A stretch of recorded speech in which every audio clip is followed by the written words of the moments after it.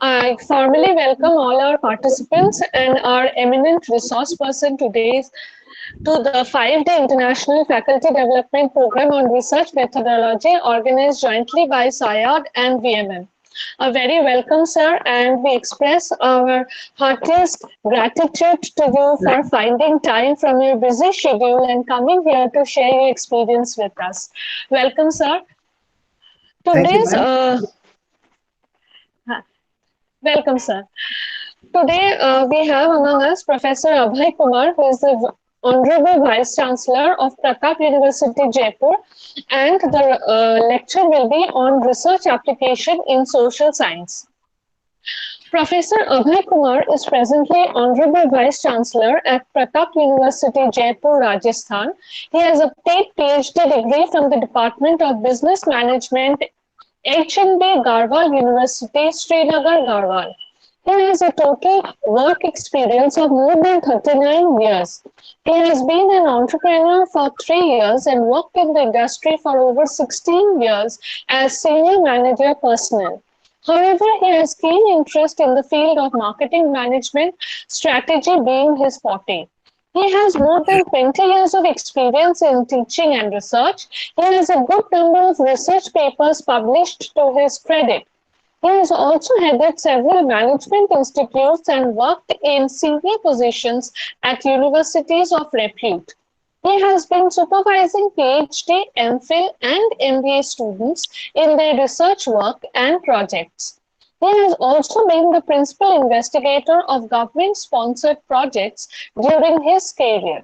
During his academic journey, he has conducted lots of capacity building programs and also being the chairperson and resource persons in various national and international conferences. He has been awarded the Outstanding Contribution by VC to Education Sector by ASCOM, Outstanding Scholar Award for Contribution to Education and Research by S-Byte Technologies, etc. He is in the advisory board member of some prestigious organizations, both nationally and internationally. Apart from being Dean and Director Management and Pro-Vice Chancellor in his various assignments, Professor Abhay Kumar has also handled additional responsibilities as Chairperson, Entrepreneurship and Incubation Cell, Director Training and Placement Cell. Welcome to you, sir, and over to you. Thank you, Munmun ma'am. It is in fact my privilege to be here today, and the invitation which I have got, of course, you have said so much which maybe I deserve or don't deserve, I don't know. I have been a multitasker in my life, trying to learn, unlearn and learn things every time. Every facet of life which I have come to, I have tried to learn something, even from my students, I am doing so. So research topic which I had been given by Dr. Viswajit today is a bit away from my own stream, but I have an interest in that. So let's start with the topic today. The topic is research application in social sciences. Now, what is a science? A science is any system of knowledge that is concerned with the physical world and its phenomena, and that entails unbiased observations and systemic experimentation. We all know that science is unbiased observations and systemic experimentation. In general, what we mean is that a science involves a pursuit of knowledge covering general truths or the operations of fundamental laws. There are some fundamental laws which science has to be followed in science. Now let's go to the next slide. What is social science now? Social science is any branch of academic study or a science that deals with human behavior in its social and cultural aspects. You know, my interest in this particular aspect became more, became much higher in nature because of the behavioral science we had studied during our MBA. Way back, I completed my MBA in 1980. So at that point of time, we had a subject by the name of behavioral science. And I was very, very impressed by how to manage people by understanding their behavior. So social science came into this. So usually included within the social sciences are cultural or social, anthropology, sociology, psychology, political science, and economics. Now, we all know about the research cycle, but let's brush it up a bit in the next slide. Well, there's a problem. We find out certain objectives for research.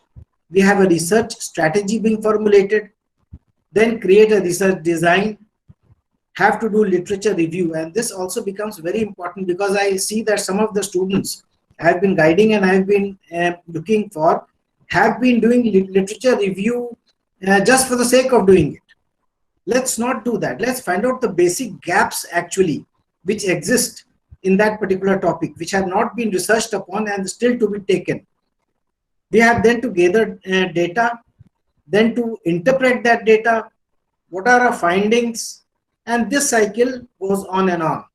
That means it is not a one-go cycle in my opinion, but maybe you again encounter some problems. You have to change your objectives during the process of research. So this is how a research cycle operates. Then we have certain scientific methods. Means we have certain question maybe, and what are those questions? What does the scientist want to learn more about? This is again talking about gaps in the literature review and what are the gaps which are existing. It is followed by say research, gathering of information. Then as we all know, we come over to hypothesis, an educated guess of an answer to the question. We have termed it an educated guess. Right now, hypothesis is still a guess for us. Then we have procedure or method. That means written and carefully followed step-by-step experiment designed to test the hypothesis. We have to use certain methodologies by which this procedure or method can be done. Then we have, next is the data, information collected during the experiment. Again, every step has its own importance. Then we have observations. That means written description of what was noticed during the experiment. That means when a scientific experiment is done, observation is very important. And you know, interpreting that observation is also extremely important. Then we have a conclusion that was the hypothesis correct or incorrect. This is the scientific method of research, and I am sure all of us are very, very we understand it very well. And during the say past honorable speakers who have already been giving their thoughts on the research methodology process, they must have talked a lot about it. So I'm making it specific to a certain area. Now, what are the various areas of research in social sciences? First, let's talk about anthropology. Actually, I'll talk about these areas with certain examples. Like one example in one research was or can be, from the jungle to urban centers, body image and self-esteem of women in 3 different cultures. Now, what do you mean by that? What is the body image and self-esteem of women in 3 different cultures ranging from jungle to urban centers? This is a wonderful research which was done in anthropology. The aim of this study is to compare body image, body perception, body satisfaction, body-related self-esteem, and overall self-esteem of women from 3 different cultural backgrounds. Now, the study had its own findings, but the point is, what I want to stress is that in social sciences, there are so many areas in which research can still be done, and this is the era of multicultural diversity in which, say, the research is not limited to a single department or a single school. We have 2 or 3 schools or 2 or 3 departments can come together. Engineering can come with social sciences, engineering can come with management, engineering can come with architecture while doing research. So students of 2 or 3 areas can come together if the topic is such. Then communication after anthropology is, example is learning to lie, effects of practice on the cognitive cost of lying. Just see. That means what is the effect of practice on the cognitive cost of lying? The lying is a cost to us.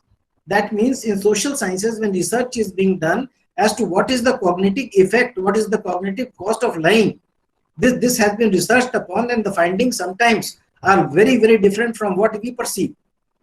Now, other areas can be journalism, for example, Mahatma Gandhi and mass media. Just an example of research. Now, using the example of Mahatma Gandhi, we research that the profession is not incompatible with moral integrity.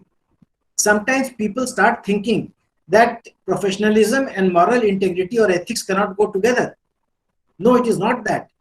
We reveal that there is much we can learn about journalism from Gandhi. His ethical approach to the profession and his view that the media is a means to serve the public provides valuable direction for all aspiring journalists. This is much needed today. We talk about yellow journalism. We talk about journalism in which people tend to have a tilt towards a political ideology or a philosophy. So research in these areas might try to help people who are upcoming journalists to do research in this and become better people and create a better society. So why is research? What is the application of research in these areas? Next is philosophy. The example is, for example, how the internet inflates estimates of internal knowledge. That is, as the internet has become a nearly ubiquitous research. So we have to understand that the internal knowledge from internet has to be to a certain extent that we must understand what exactly it has to be. Now, next is psychology. Next slide, please. Psychology is exploring the relationship, for example, between frequency of Instagram use, exposure to idealized images, and psychological well-being in women. This has been taken up as a research project in India itself, because here the psychological well-being of women sometimes tends to be compromised. Now, research on the mental health effects of social networking have predominantly focused on Facebook, with limited research investigating the effects of Instagram on psychological well-being. This research aims to address the link between Instagram use and a range of psychological variables in two parts. So this research had done a wonderful job in terms of comparing Instagram and Facebook as having an effect on the well-being of people. Sociology. The example would be changing work, changing health. Can real work time flexibility promote health behaviors and well-being? These are all examples I'm giving of what research can be done in various areas of social sciences.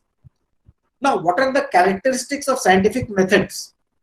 First, let's go with it. Step-by-step procedure to seek facts, theories. So there must be a step-by-step procedure to seek facts. Second, scientific methods rely on evidence. It cannot be just speculation. We have to use certain concepts, keeps objectivity, follows ethical neutrality. It formulates generalization, ensures verifiability. That means it has to be verified. Whatever the facts are, whatever the findings are, they have to be verified, and uses logical reasoning. Now, what are the approaches in social research? Number one, maybe these terms may be new to some of us. One is positivism. That is to establish the scientific laws of society, the causal relationship, which are arrived by testing hypothesis as in science. Just as we do to test hypothesis in science, here also we have to establish the scientific laws of society, a causal relationship. Then we have interpretivism, to build an understanding of the motives and intentions that underpin social behavior. What are the basic intentions and motives which are underpinning social behavior? We have to understand that. Then critical social research, to ask critical questions with a view to changing society or to transform unequal power relationships. We see that unequal power relationships are existing everywhere in the society. So we have to do a critical social research in terms of professions, in terms of say people, economic differences. All these approaches are there in social research. Now, next we go to steps in scientific methods. Now, what are the steps in scientific method? The first is a systemic step-by-step procedure. Make an observation, then form a hypothesis, make a prediction or testable explanation data, make a prediction based on the hypothesis, and test the prediction. It is very simple. So in the end, what we have to do is we have to test the prediction. We are predicting something. We have to test whether the prediction is correct or not. Is it in harmony to our observation or not? Is it in harmony with whether the hypothesis is correct or not? So these are the steps in scientific methods. Now, next we go to observation. We have to make an observation. I'll give an example of the US elections which happened. And this is all given in certain texts. Twitter appears to have played a very important role in the recent US elections based upon anecdotal media reports and personal observations. Now, what was this? I'll give you a difference between what the US elections, how the US elections took place and what was the media and social sciences effect on that, and what about India. So now this observation is about the role that Twitter plays in spreading information. The research which has been done and what has been found is, we think it is important. Why?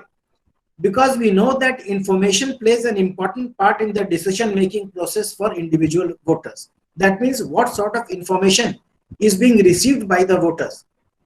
Since Twitter appears to have an impact on information based on the observation done in the research, it is worth exploring whether there is a measurable impact or not. In other words, Twitter seems to be important. The research question will be designed to find out if it actually is important or not.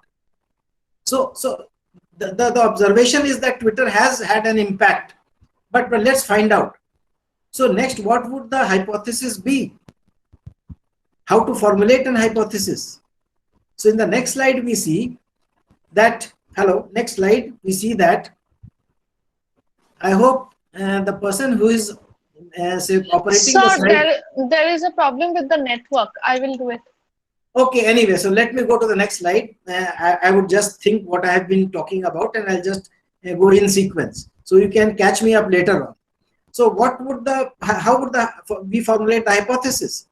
Now, we say that Twitter increases flow of information and raises the informational awareness of voters about topics related to elections. That means it increases the flow of information during election time and raises the informational awareness of the voters about topics related to elections.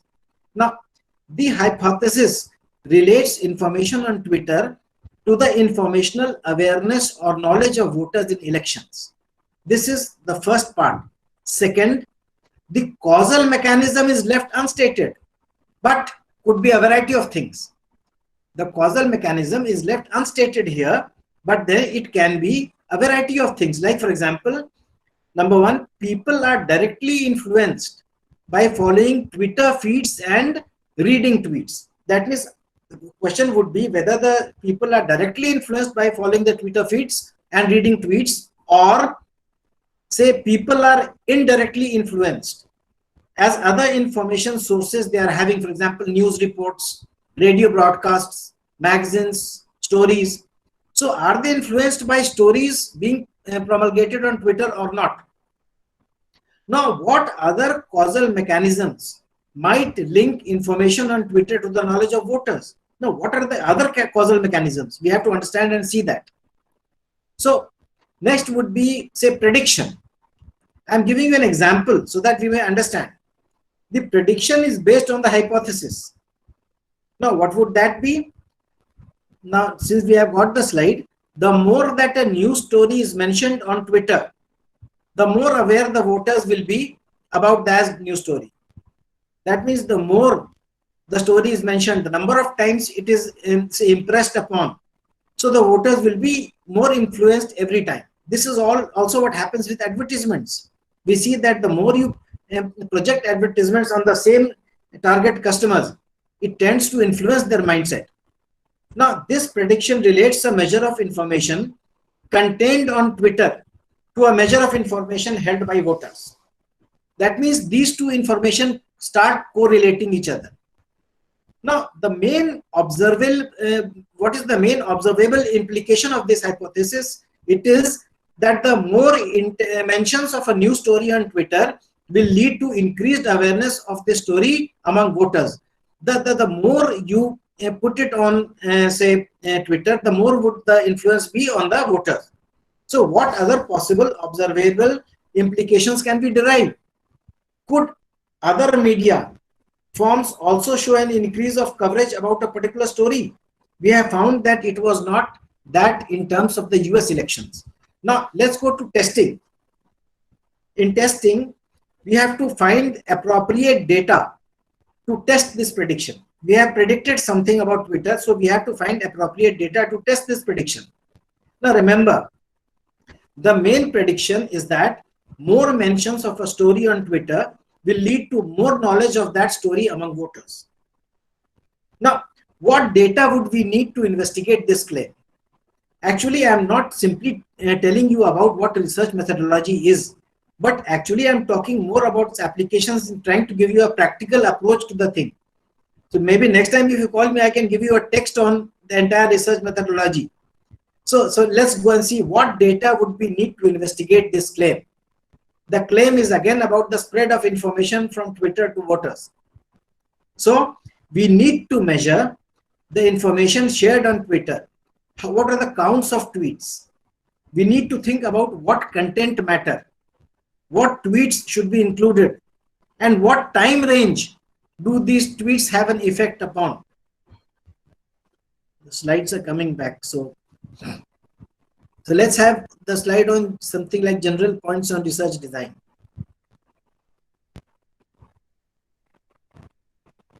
Yeah. Now, mixed methods analysis is the gold standard. Combination of quantitative as well as qualitative data. They could also include formal models, mathematical representations of decisions, which is often referred to as game theory. Though in reality, game theory is a subset of formal modeling itself. Now, matching the research design to the hypothesis under investigation is very critical right now. Matching the research design to the hypothesis under investigation becomes critical because how questions are asked and answered.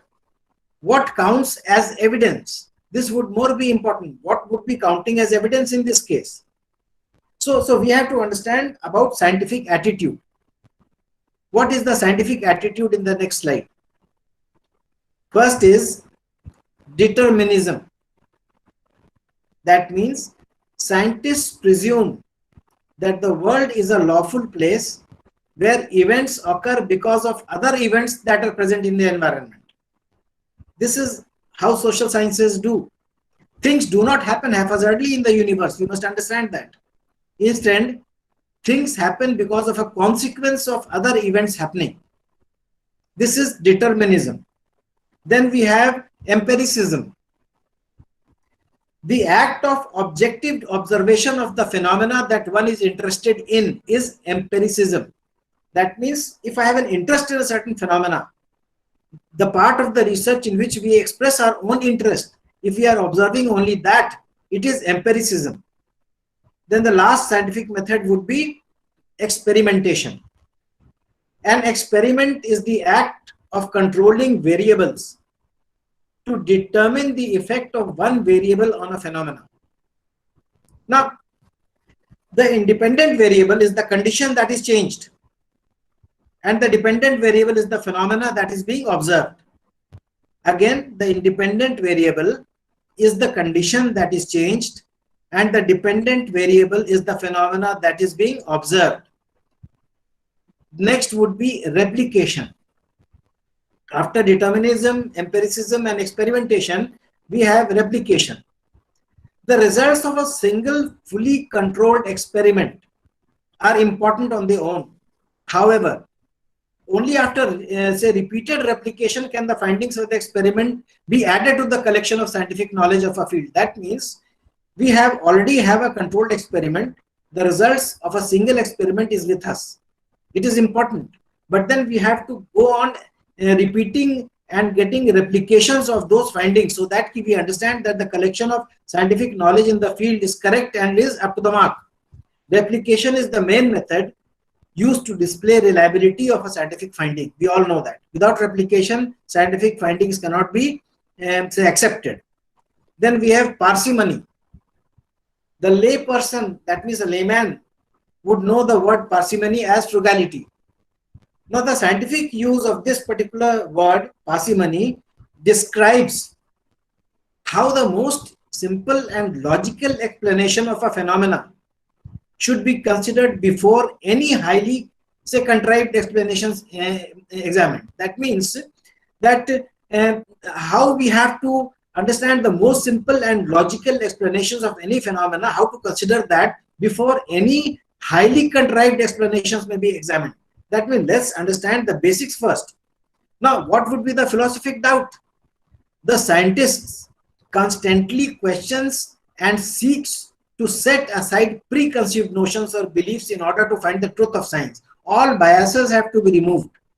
Any scientist constantly questions and seeks to set aside preconceived notions or beliefs. If I have a preconceived notion beforehand, before coming to a, for example, I'll give you a layman's this thing. If I come to a discussion across the table and I have a preconceived notion, I would never be able to do a proper discussion. And this is the same with research. Let's correlate research with our daily lives.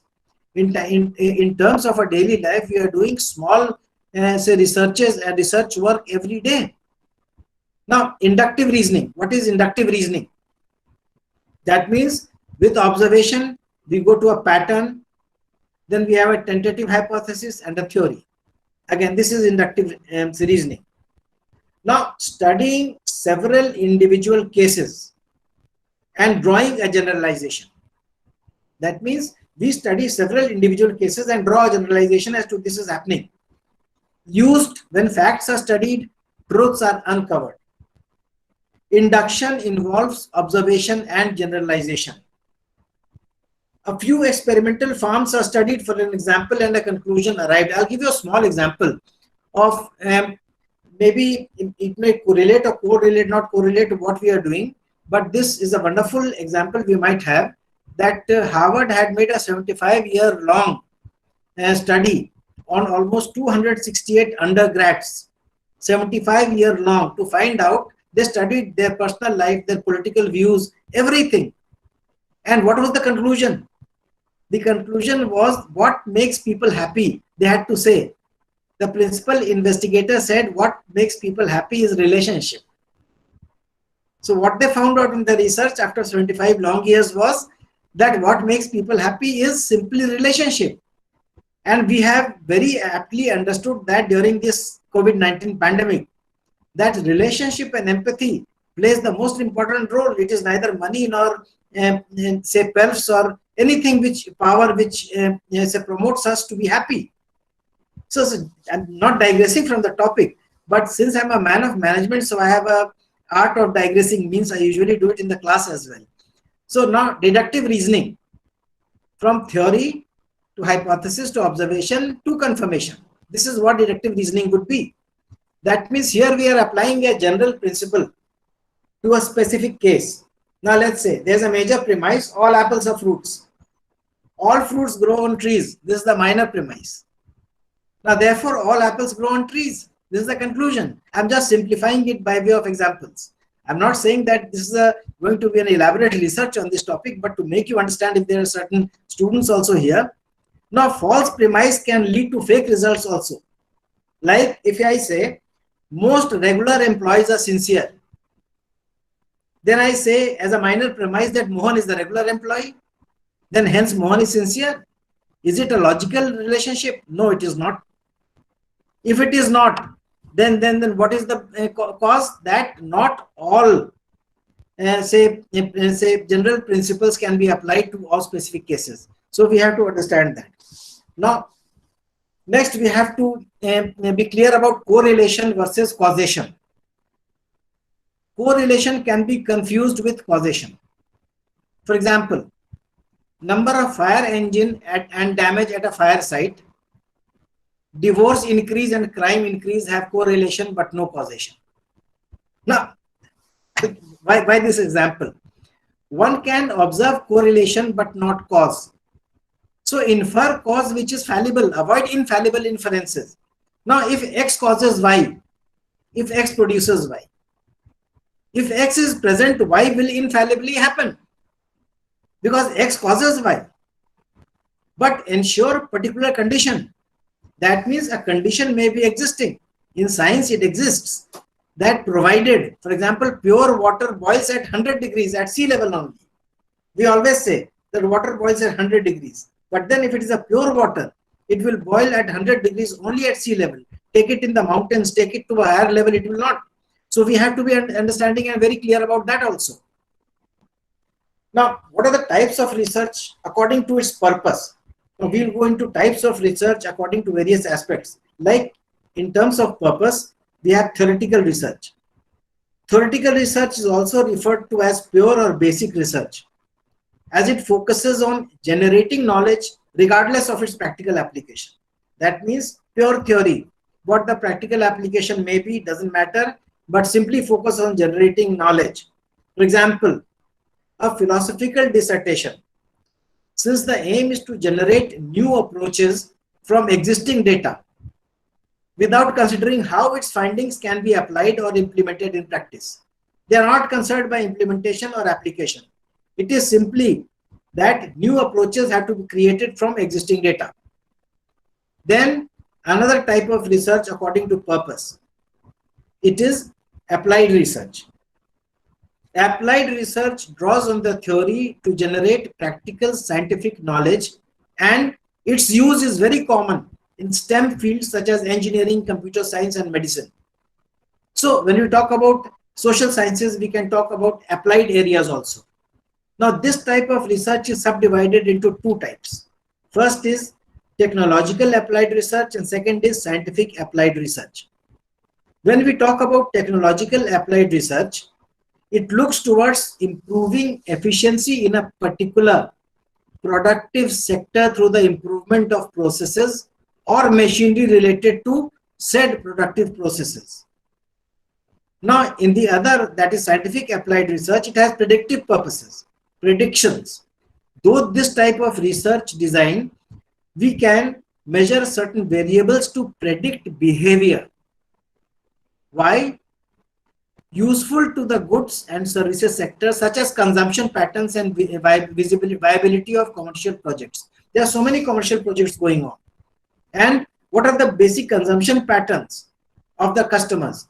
So if we have to use this scientific applied research, which has a predictive purpose, we have to predict something. For example, in market research, because by examining the consumption patterns, strategies can be developed for the development of new products and marketing campaigns, etc. Now, being a man of management, sometimes I use these examples because it is more of a management example. Now, types of research according to its purpose, then we have exploratory research. Now, what is exploratory research? We all know it is used for the preliminary investigation of a subject that is not yet well understood or sufficiently researched. This is exploratory. We are going to explore, for example, an investigation of the role social media in the perception of self-image. Now, what is the self-image perception that we have to investigate in terms of role of social media? Then according to the depth of scope, again, we have descriptive research. In the next slide. The primary objective of descriptive research is to define the characteristics of a particular phenomenon without necessarily investigating the causes that produce it.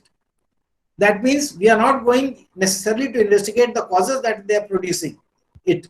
We have to define the characteristics of a particular phenomenon. For example, investigating how the public census of influential government officials differs between urban and non-urban areas. We see that the difference between, especially in our country, in India, we find that in urban areas, the influence of government officials is very different from that of a sarpanch in the rural area. They have in their own way an influence on the citizens there, but then the influence is very different. So this would be help to research in this type of research. Now, according to your depth of scope, the explanatory research is the most common type of research method, explanatory research. And it is responsible for establishing cause and effect relationships that allow, what they do, they allow generalizations to be extended to similar realities. Well, I may be going a bit fast, so if there is something which I may not be able to portray before you all, so I would have to, during the question and answer session, maybe I can try to do justice to it. Now, for example, investigating the brittle behavior of a specific material when under compressive load. This every science person or physics person would understand. For example, investigating the brittle behavior of a specific material when under compressive load. When you're compressing it, then what would be the behavior of the material? This is also part of research. Science, I'm talking about. Applied area, social sciences, everything we'll talk about. Now, according to correlational research. Now, what is correlational research? The purpose of this type of scientific research is to identify the relationship between two or more variables. For example, correlational studies are often used in psychology as well as other fields like medicine, because we have to correlate what we have to correlate relationship between two or more variables, especially in medicine. And we are seeing it at present during this crisis, especially that as the research is going on in terms of medicine, so many research projects are there across the globe. And the best part I would like to intervene to say is every country is helping each other. So that is how we are sharing information. This is how research should be. In fact, from local, let's go global. This is my philosophy. So let's be, actually, when we are having a virtual FDP right now, I think we have already come together. And this is a platform we must use not only for say bettering our research process, but also to understand each other better. Now, the next would be as qualitative research. I'm just seeing the time so that my time slot may permit me to finish it off early. So qualitative research would be, these are often used in the social sciences to collect, compare, and interpret information. It has a linguistic semiotic basis and is used in techniques such as discourse analysis, interviews, surveys, records, and participant observations. For example, examining the effects of sleep deprivation on mood. Again, a very say important and a burning topic right now. People are investigating a lot about the effects of sleep deprivation on mood as of now, because it is being said that people are losing their sleep during this crisis out of a fear psychosis, and it is having a deflection of mood in different areas. Sometimes they are too high on mood, sometimes they become too low. So this research can be very important. Then again, next we would be having say qualitative research. After that, we have said it delves into phenomenon I have already talked about through quantitative data, quantitative research, collection, and using mathematical, statistical, and computer-aided tools to measure them. We all know this. What is quantitative research? For example, conducting a computer simulation on vehicle strike impacts to collect a quantitative data. Again, we are using so many vehicles. Now, what would the impact of a strike on our vehicle? So, conducting a computer simulation is again a sort of a research in which we collect quantitative data to understand, and the durability of a vehicle is determined because of that. It goes into industry. Now we have experimental research. It is about designing or replicating a phenomenon whose variables are manipulated under strictly controlled conditions in order to identify or discover its effect on another independent variable or object. Now, example I'll give so that we may understand. Randomized controlled trial studies for measuring the effectiveness of new pharmaceutical drugs on human subjects. It is going on right now. This research is going on right now. So many vaccines are being produced, and we are happy that the vaccines have come into the market. And what is happening is randomized controlled trial studies have been done and are still going on for measuring the effectiveness of the new pharmaceutical drugs on human subjects. Because still there is a controlled randomized trial. Trial can be in many phases. How can we understand what the after effects of the drug would be, and how will be the drug affecting our body? For example, the coronavirus in itself is a single RNA, whereas in our body we have a say intertwined DNA. Now, how would that single RNA affect the body, and how would we be able to control it? So this is experimental research, and then we come to non-experimental research. It is also known as observational study. That is, it focuses on the analysis of a phenomenon in its natural context. How? For example, a study on the effects of the use of certain chemical substances in a particular population group can be considered a non-experimental study. Now, what do we mean by that? Certain chemical substances in a particular population group. Now, if we say that, say we have 60 plus age group people, what would be the effect of zinc? What would be the effect of zinc chloride on them?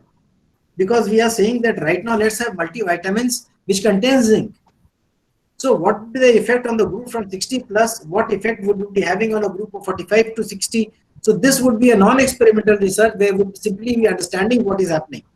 We have a quasi experimental research next.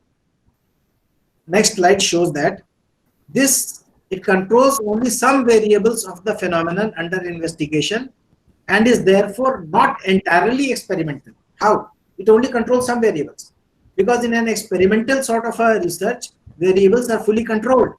For example, assessing the effectiveness of an intervention measure in reducing the spread of antibiotic resistance bacteria. Again, we have come to medicine because this is the burning situation right now. So I am talking about pharma, especially examples of pharma, because everyone is reading it on WhatsApp groups and on Facebooks. So let's understand research more with examples of that. The effectiveness of an intervention measure in reducing the spread of antibiotic resistant bacteria.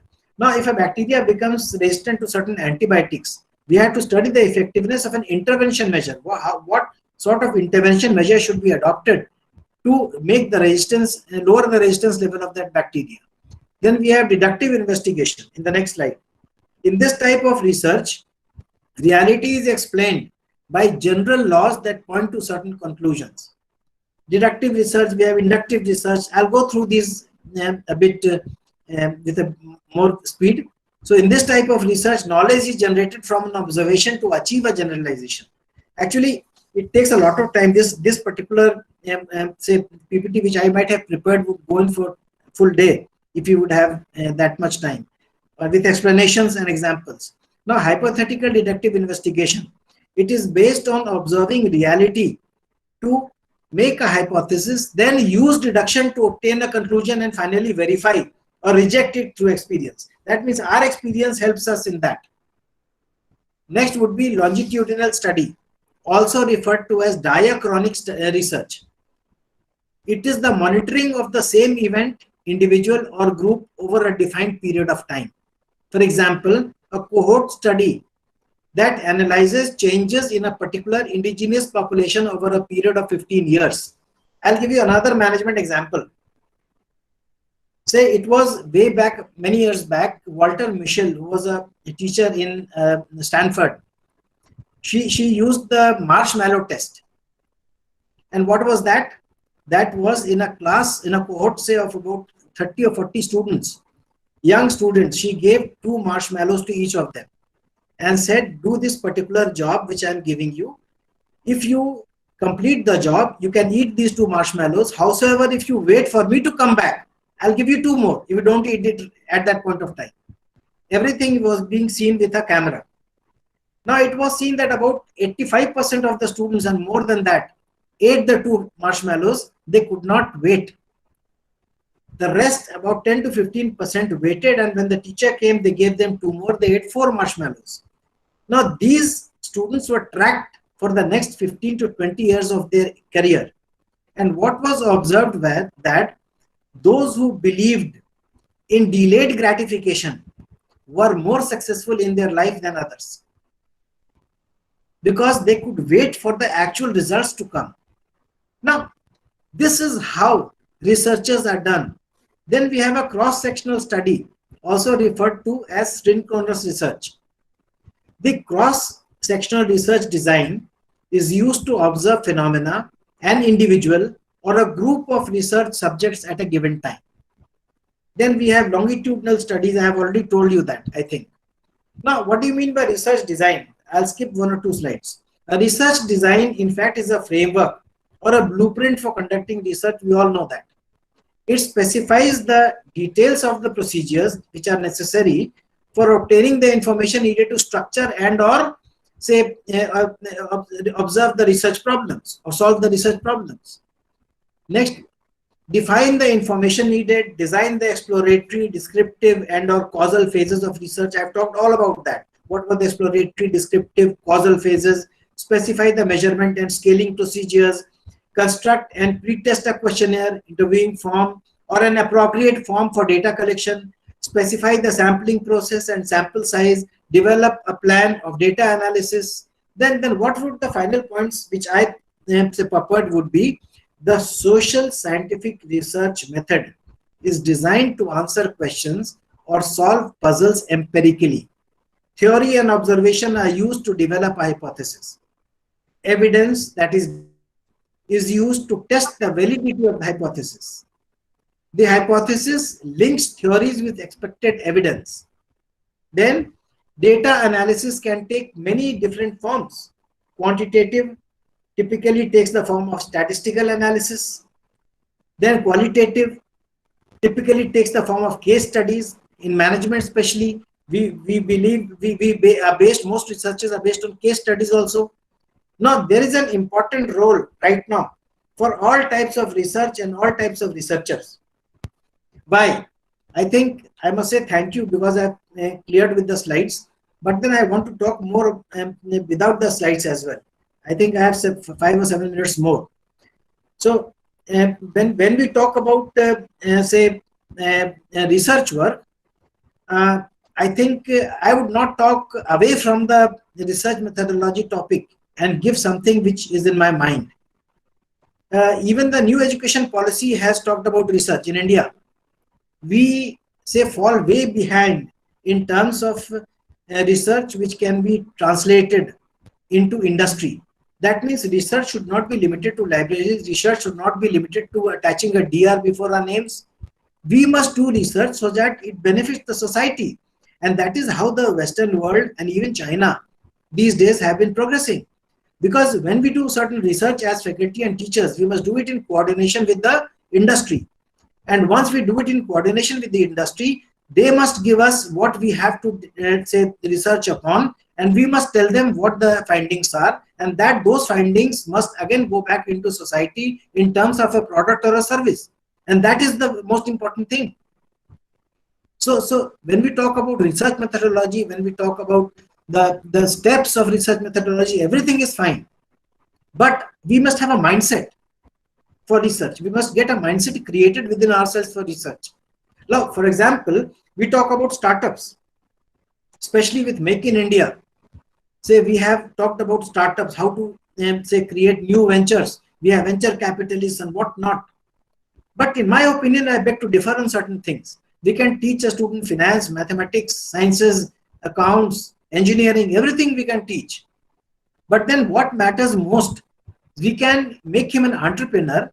But if I remember one book I had read in the 1970s, probably if I remember, it was John Spencer. What he said was, not every student would become an entrepreneur in his life or her life, but he or she would always need to think like one. That means whether we have a startup or not, we must have an entrepreneurial mindset within ourselves. We must create a mindset for things which we are going to do. And that is what actually I want to say is the same thing about research as well. The mindset should be very clear. Why am I doing this?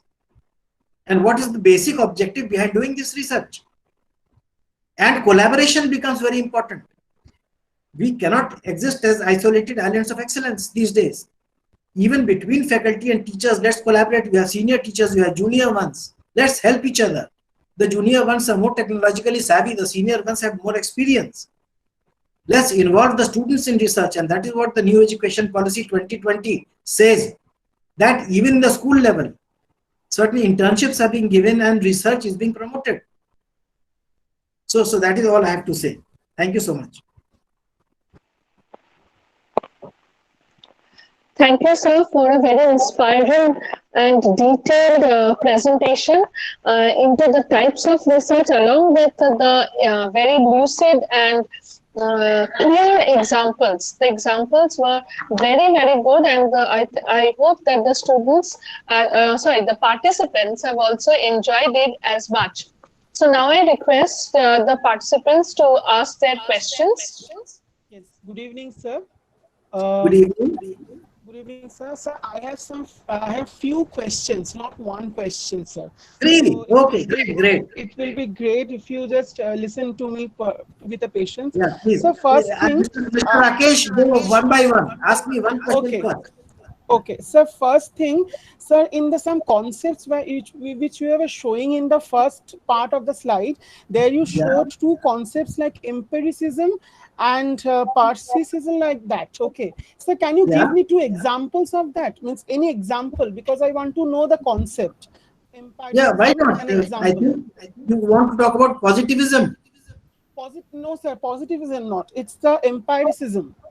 Acha, acha, let me, I'll give you an example, but I'll give the definition first because that definition should be what the statement actually portrays.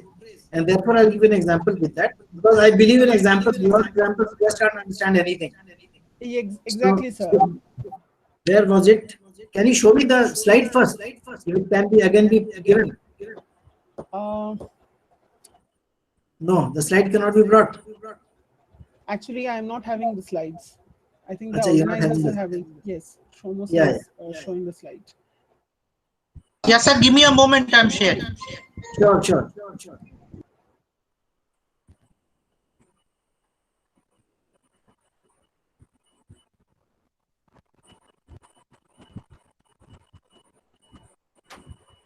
You're talking about replication, parsimony, and others. Yes. Okay, okay, That okay, one. okay. I'll give you an example. Now, you were talking about probably replication first. No, sir. No, Empiricism. parsimony. Yes, parsimony and then empiricism. Okay. Now, what is parsimony? The layperson knows the what parsimony is a frugality, I have said. Now, what would be the scientific use? The scientific use of the word describes how the most simple and logical explanation of a phenomena. I have said that how a most simple and logical explanation of a phenomena should be considered before any highly contrived explanation is examined. Means, what I mean is that you must start from the basics before going into very highly contrived explanation and examine them. Start from the base and simple and logical explanation. Because what is happening in research right now is that we tend to talk about very, say, highly placed explanations of things. Let's not do it. Let's start with small and simple and logical explanations of any phenomena, especially in scientific research, and then consider any highly contrived explanations after that. Okay? This is what I mean. Thank you, sir. Then, And the second question is, sir, yeah. you said an example like not in a non-experimental research that the 60 years people, suppose if we consider the 60 age of people, if we are giving them the zinc chloride, then it's you, according to you, you are telling that it's a non-experimental research. But sir, I have No, a no, no, no, no, question. no, no. I'm not saying that. I'm saying an experiment has been done, it has to be done to develop the drug. But a non-experimental would be to understand by terms of survey and by talking to them and giving them questionnaires as to what is the effect of that particular on certain age groups. Because effects and causal effects may differ from age to age. Like, for example, I'll tell you, even as the vaccines right now are, say, considered, the effect on certain age band has been different during research. For 60 plus, the effect has been a bit different. Some people in the middle age groups of 45 to 60 who are being administered vaccines have had different symptoms. So research is a continual process. Even after a proper vaccine is developed, then also the effect, after effects on a certain age group, say after 1 year, 2 years, 5 years, 10 years, that will also have to keep on determined. So apart from a scientific experimental research, this second non-experimental research would also have to be continuously being done. This is what I mean to say. And what was the third, Mr. Rakesh? Your voice is not coming. You're not audible. Oh, sir, I was muted. Sir, the diachronic research which you said, there was an example where the word cohort study was there. What do you mean by this cohort study? Cohorts is a class. That means a cohorts of 60. That means a class of 60. That is all. Okay. Okay. And The sir, word and the third, synchronous research. three questions. Rakesh, you have already asked 3 questions. Sir, the Do you last want to- question. The last Okay, question, sir. now. Sir, the synchronous research, can you provide an example of the synchronous research? Yeah, why not? What is synchronous and asynchronous mode of teaching? Tell me that first. I'll simplify it. I won't talk about research right now. Give me an example of synchronous method of teaching and online teaching and asynchronous method. You're a faculty, I presume. Yes, but in this moment, sir, I am not being able to answer you. But I'll tell you what happens is there are many methodologies in which sometimes the student, while having attending an online class, simply attends that class and listens to the teacher. He or she cannot discuss with their group, or he or she cannot discuss with the teacher at that moment of time. So sometimes synchronous, asynchronous, blended teaching, these are all terms which has come in. So similarly, just translate them onto research also. I'll tell you one thing, research is not a very tough subject as such. We tend to make it so hard in our lives. Research is in fact having new findings, innovations. So I'll give you one small example. That there is a saying that necessity is the mother of invention. But you know what has happened during the COVID times? Necessity has become the mother of adoption. We have simply been trying to adopt technology, which maybe, especially in India, we would have got through in the next 4 or 5 years, which we have done in the 1 year period only, in the past COVID pandemic came into being. So what is happening is, research becomes faster, and we tend to do things better when we have a crisis. So we are better crisis managers, in fact. I'll give a small example. Before the crisis, India was not able to produce a single PPE kit. Okay? It was all being imported, not a single ventilator. You won't believe me.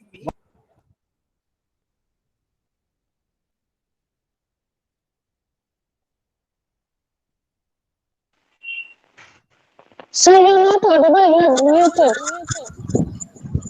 Sorry, Rakesh, you were listening to me, you were nodding your head and you never told me that I was muted.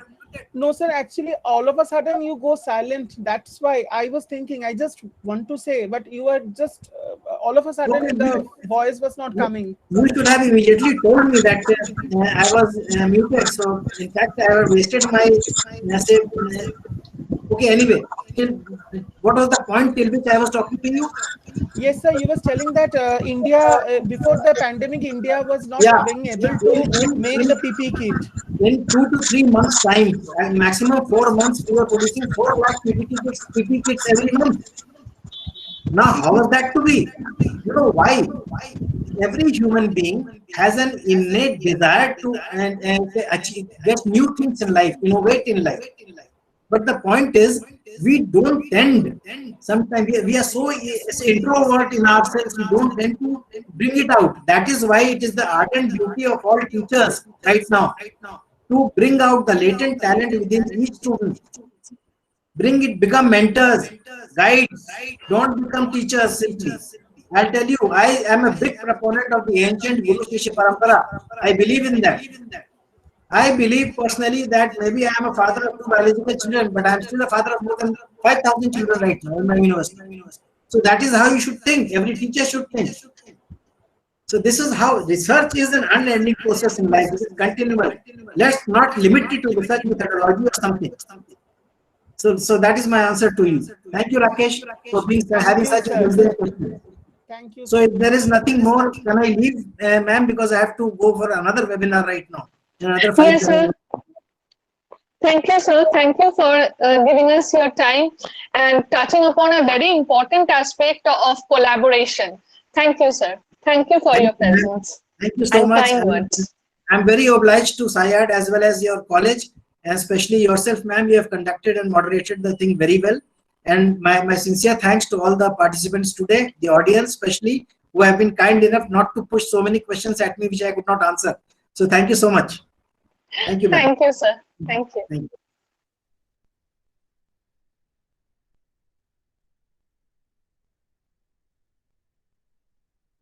With that, we come to the end of the first session and move on to the next session. The second lecture today we have is on research methods in the sociology of international relations, exploring methodological innovations by Dr. Irina Elper, who is researcher Asia Pacific. Asia Pacific program at Center for Geopolitical and Security in Realism Studies, London, UK. She is also the owner CEO of Irina Lornila Top 2 Next in Education Research Consultancy, Romania. Thank you, ma'am, and a hearty welcome to you. And thank you for joining us and agreeing to share your views with our participants. Welcome, ma'am, and over to you. Munmun ma'am, excuse me. Hello, Yes, Hello. everyone. Good evening. Sorry. Good Thank evening. Good you evening. for your invitation, and I tried to prepare a lecture for you. I didn't know exact the audience, but I hope it will be interesting. I saw from the previous lecture that you have learned a lot these days about research methods. So I thought that I can bring with a little bit change and to move on towards some concepts in the sociology of international relations, as well as if we talk about SAIARD goals with focus on development. So my presentation today is built on a course I had a few years ago at the University Vasile Goldiș of Arad, Romania, for bachelor and MA students in international relations. And I had this course in sociology of international relations for almost 7 years. So today I will talk about what means research methods in sociology of international relations, exploring methodological innovation. And if you could help me with the PowerPoint presentation, please, for the public. Or I should try to... Yes, ma'am, we will try. Okay. So how I designed that course at that time, starting from an introduction in the sociology of international relations, talking a little bit about theories of international relations, about international order, global order, international society. I want to say that today I will focus especially on the items in red color, but I wanted to present you all the structure of this one semester course. And of course, there are many other issues about international political system, non-state actors, globalization, regionalization, identity, international migration, religion, international relations, religion in international relations, terrorism, societal security, environment security, and especially global civil society and human security, which I think these are the most representative terms for the sociology in international relations these days. Going further, of course, your question would be, what is sociology of international relations? It studies international relations as social facts, if we can say, analyzing their effects over societies, groups, social actors in general. We can say that this field of research try to add knowledge and to contribute to the articulation of global public opinion. For most researchers, the sociology of international relations has developed from political sociology. In fact, we can say that several disciplines in international relations, such as sociology of international relations, political sociology, sociology, political sciences, and theory or theories of international relations, each one of these fields had some common points. So if you want to understand better, let's say, to analyze in an angle of the vast disciplines of international relations, you should read more also in other fields. So I agree with what said my predecessor said, that we had to go towards a cross discipline analysis. Going further, the term of sociology of international relations appeared in the 60s in the French-speaking academia. For example, Marcel Merle can be considered the initiator of this disciplinary field, even if later Raymond Aron titled the second part of his book Peace and War as Sociology, Causes and Regularity. Since the 70s, the sociology of international relations has developed along two axes. On the one hand, it sought to provide a way to understand international phenomena beyond the uniqueness of each event. So, influenced largely by the deep force of Renoir or du Rosel, the French-speaking tradition proposed a classical structure for the study of international phenomena, making a distinction between the environment, forces, actors, and the international systems. This principle of approaching international relations has been and always is influenced by the ubiquity of at regular intervals of international stage, imposing a political reading focused on violence or security, totally disconnected from social gains.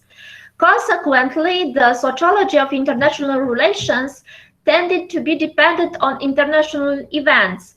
Flourishing in periods of calm, during phenomena, it appears unable to provide satisfactory answers in times of tension, and the confrontation of powers becomes the dominant concern again. Paradoxically, this sociology favors empirical studies. The second direction consists in the tendency to apply the international relations, the tools of political sociology. This methodological contribution has been an important production in the literature since the early 90s, when sociologists paid more attention to the international, we can say. The vast area of international relation is by definition interdisciplinary, as I said. For example, in the 50s, Quincy Wright listed no less than 23 disciplines at the time on international relations. There are two ways in which sociology can be useful for the study of international relations, as a theory or as a set of research concepts and methods. Sociological theories influence the study of international relations directly when it deals with issues of international relations with punctual events and facts, and of course indirectly when applies sociological concepts in the study of foreign policy. For example, national stereotypes, aspirations, values, standards of behavior, context with other countries, Manisha, if you can mute your microphone.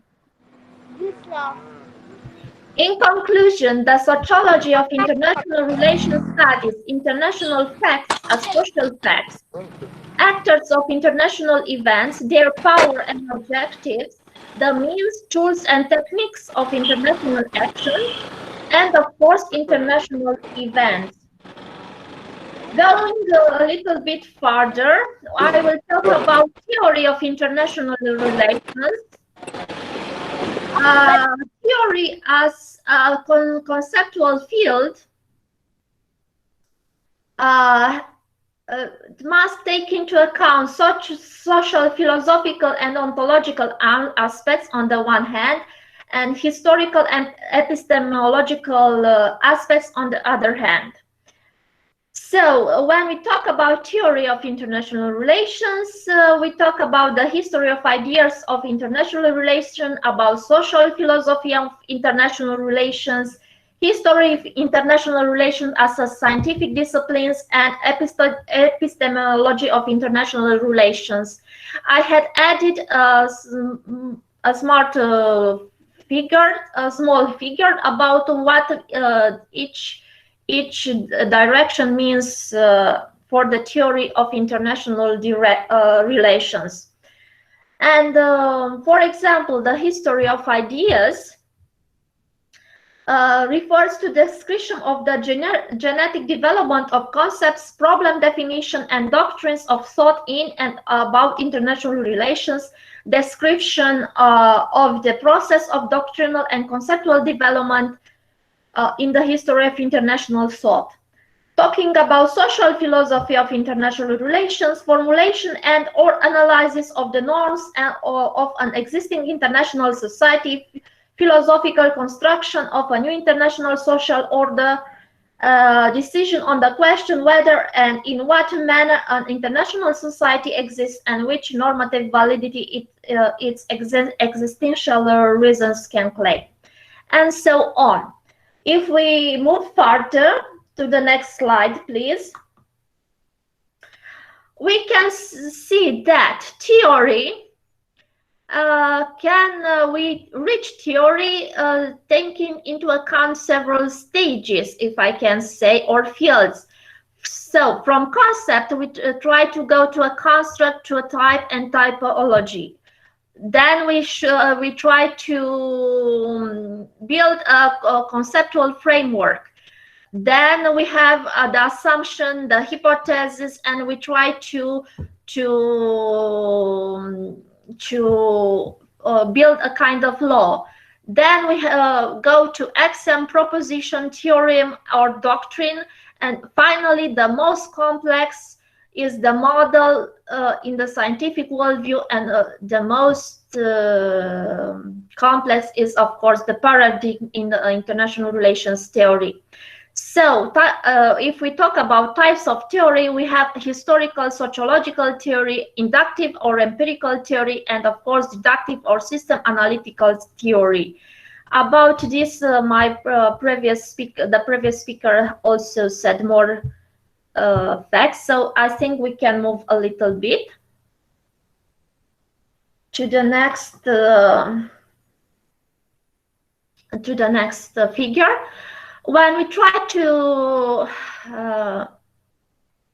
describe the reality, a theory must fulfill several functions, and these functions the theory tries to describe, to explain, and to link with other theories. So the theory in general have a constitutive function, and an interpretive function, an orientative function, a goal-defining function, and a legitimation function.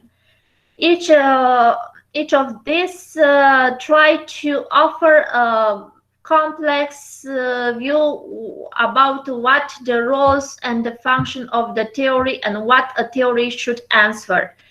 But I want to make a comment here. Even if we talk about research methods and theories and research theories in international relations, and not just there, and research models and so on, I think our goal should be that we should try to use the theories and the research methods for the use of the real society. I mean, we have to find concrete solutions to our biggest problems. So not just doing research for research, but doing research for society. This I think I should emphasize. Moving to the next slide, please. about the development of theory and theories in international relations, I try to offer a kind of sketch about each theory, how it appeared in time, and of course with every modernization in the discourse. So we have the biggest theories in international relations, such as idealism, functionalism, classical realism, imperialism, and so on. But from these main theories, we have in time other theories: neorealism, neo-mercantilism, interdependency, dependency, globalism, and so on. I hope that this sketch will be useful for you in order to understand how the knowledge about theories and their research methods evolve in time and in complexity. Moving further, a theory or an alternative concept to theory should respond to several questions. We as individuals should quest and should maintain our interest for knowledge. And another assumption is that real historical, socio-economic, and political genetic context we must take into account, but every time we must put our questions too, because we have to not just use a methodology, but to question that methodology and to try to find our own answers. And of course, talking about what happened in time, previous concepts and developments, we can say that yes, we can build on what happened until now, but we have to be open to new research methods, to new approaches, and to find our answers for today problems. So I think a theory should explain on the one hand, and also bring some light in other aspects. When we talk about globalization, for example, in the 80s, the accent was put on economic, we can say economic dimension of globalization, but now we talk about others dimensions, such as cultural dimension,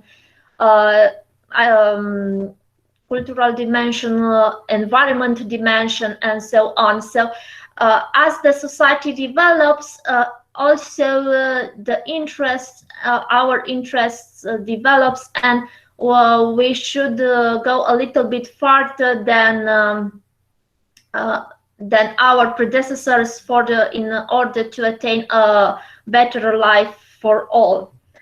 So let's go a little bit further. What is international order? International order is a very important concept in the sociology of international relations. We can say it is that framework of activities which supports the elementary or primary purposes of the state. These are the preservation of the system and society of states, maintaining the interdependence and external sovereignty of states, peace, and the common goals of social life. For example, limiting violence through cooperation, the stability of possession, and so on. So we have to make a distinction between states, the system of states or the international system on the one hand, and on the other hand, we have the society of states. The society or states or the international society, in fact, some researchers said that should be the future in the development of humanity, when a group of states based on common interests and values form a society in the sense that they are bound by a set of common rules in their relation and share work within common institutions. In Martin Wright's vision, international society is the expression of cooperation in international affairs the existence of a diplomatic system, international laws, and institutions. It is defined by the following features, such as unique society made up of other more organized societies, called states. The number of its members is always smaller than that of ordinary society.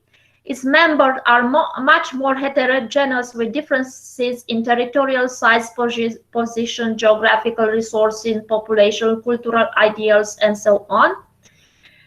Its members far exceed the lifespan of people. The absence of a world state and the coexistence of a large number of sovereign states do not invalidate the term of international society. In fact, some authors say that the most important proof of the existence of an international society is the development of international law.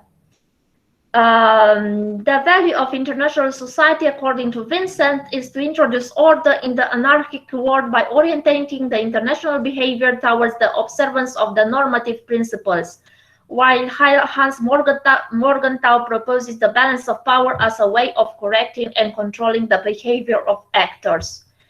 The force of moral norms, the restraint of violent tendencies by coercive means coexist, since internal morality cannot be elevated to the international norm, for the moment at least.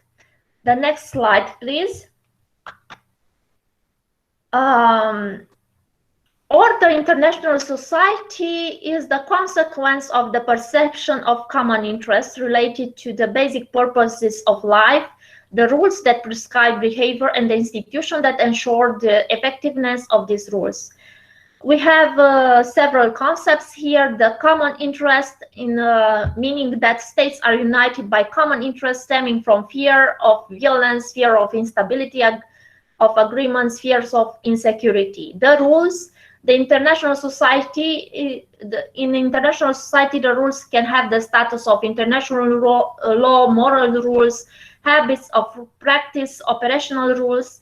And the third one is the concept of institutions. States themselves are the main institution of the society of states. The states administer the rules of the international society directly or indirectly through international organizations. Talking about societal security, it's a concept which appeared in the context in the 90s in the context of European School of Security, especially, and it was represented by the institutes such as from Copenhagen and Stockholm, and it is represented by authors like Ole Waver and Barry Buzan. In Ole Waver, understanding society is a human entity resulting from a process of coexistence and association between people and groups that carry a number of common attributes, such as race, ethnicity, language, history, geography, and that express common feelings such as identity, symbols, and values. Classical European sociology, and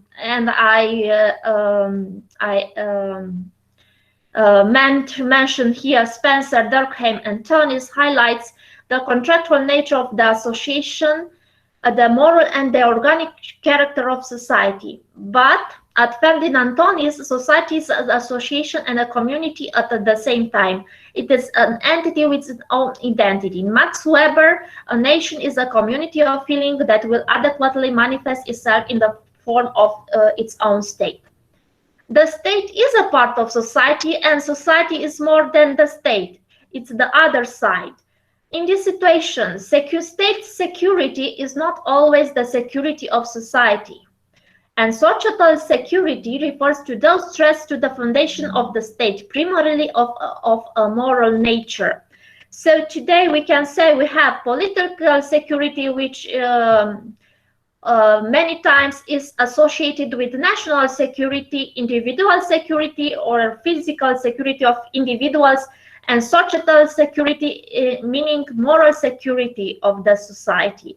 So as you can see, the advantages of the societal security, First, it allows bringing pressing issues of identity, migration, terrorism, trafficking on the current security agendas and provides a unified explanation of the disruptive processes in the field of integration and disintegration. Secondly, it identifies one of the key weaknesses of integration theories, namely the lack of references for identity issues. And talking about Europe here is the case of European Union and the difference between national publics and the elite from Brussels. And certainly, social security provides an extension of security theory. So, European School of Security considers that in the midst of modern and postmodern debate on the state, which implies a weaker states, society can take over some of its responsibilities. Okay. Moving a little bit to the environment security, as we can see, due to the pollution and in the last decades, we are confronting with many problems such as food crisis, energy crisis, environment crisis, and all kind of meteorological disasters. So environment security is very important for sociology, for globalization, and for a lot of fields. And it should be taken seriously into account also at the level of international organizations.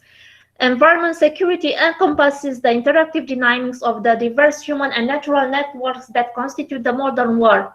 Furthermore, environment as a resource has strategic significance for nation states, for their natural resources like water, oil, gas, and various other minerals. But increasing state control over environment and natural resources has spillover effects such as environmental degradation resulting in undue catastrophe. This includes uncontrolled migration, high population growth, and human casualties. Such catastrophes have become real security concerns for the affected states. This is an extract from Matthew and McDonald's from 2004. Okay. In a Delphi paper, Shaukat Hassan discussed the relationship between the environment foundation of a nation and its effect on the economy. According to his argument, continuous environmental calamities decrease the economic growth of a nation, hamper its social cohesion, and destabilize its political structure. Environmental change reduces economic opportunity for a country by causing demographic displacements within states and across international borders. And the unexpected movement of population across the international border raises political tension between neighboring countries.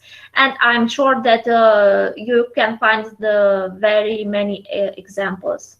There are many debates on environment as the primary source of conflict or cause of war. For example, Alan DuPont argues that environmental difficulties are unlikely to be the primary cause of major conflict between states. Environmental issues, according to DuPont, interact with more direct causes of conflict to prolong or complicate existing disputes. For example, environmental degradation can create refugee crises between two neighboring countries. Daniel Durney has also opposed considering environmental degradation as a reference object of international security. According to Durney, the concept of national security as opposed to national interest or well-being has been just centered upon organized violence. He gives the example of natural calamities like earthquakes or hurricanes that had caused excessive damage. Okay. So the environmental security agenda, we can say nowadays it includes disturbance of ecosystem, climate change, loss of biodiversity, deforestation, desertification, and other forms of soil erosion. Secondly, energy crisis, depletion of natural energy resources such as wood, oil, various forms of pollution due to the energy production and distribution, oil, nuclear, chemical, demographic crisis, food crisis, economic crisis, and not least civil unrest. So we can see how important is the environment in a globalized world today, and we can say that also maybe the environment can be also the cause of the current pandemic. Who knows? So because if the human, if the individual influence the nature so much in order to attain economic goals, there comes a time when the nature comes against us. So maybe this environment crisis should be a very important item of the international security agenda. And finally, about global civil society. What is global civil society? I must say that we still not have a global civil society, but we have some incipient trends of constitution of a global civil society. This should be, in my opinion, a world in which all people recognize and respect human reality and the value of all others. A world where people are brought together through cross-border civil associations, local, national, internationals. A world where people share a sense of justice. They share a basic agreement on the basic requirements of the justice, fairness of the institution that governs their lives. A world where all people have reason to hope for the future. A world that provides the right access to these opportunities and that their children will have better lives than their parents had.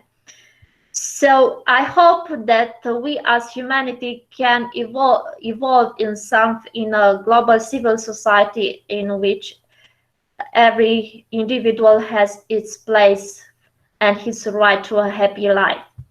So moving forward, we arrive finally at the human security concept. This is a concept, if I can say, projected by United Nations systems at the end of previous century, and human security includes several dimensions: economic security, food security, health security. If we talk about pandemic, environmental security, personal security, community security, and political security. So as you can see, human security refers to the security of the human being, analyzed from every point of view. In the contemporary world, we must take into account all these dimensions when we think about public policy at the level of a state.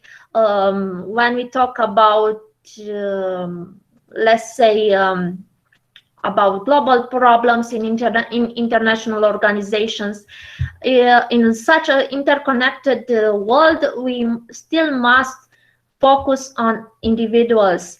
So this, I think, would be it will be, and it is, a major challenge for the United Nations systems, and maybe we can link with sustainable development goals, and of course, when we talk about human security, we must talk about these goals. So when we talk about human security approach and principles, we can say that human security is people-centered, is multi-sectoral, comprehensive, context-specific, and prevention-oriented. So this is another very important aspect that we have to prevent and not to just let it happen. The prevention is better than finding solution after an event occurs. So when we talk about people-centered principles, human security should be inclusive and participatory, open, flexible. And when we talk about multi-sectoral, we have in mind that should promote dialogue among different actors from different sectors and fields. and of course help them to ensure coherence and coordination across traditionally separate sectors and fields. When we talk about comprehensive, of course, we have to maintain our vision, our holistic analysis. I mean, okay, we study in sociology and in other of international relations and in other fields affect an event, but in the same time we have to see the whole part, the whole system.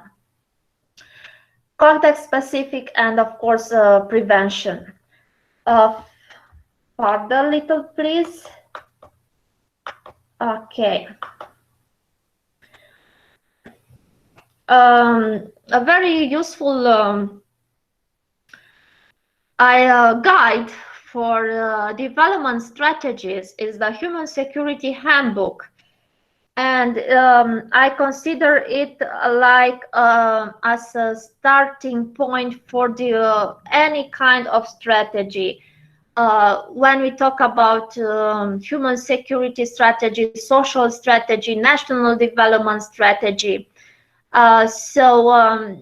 this is quite a very good methodological tool, and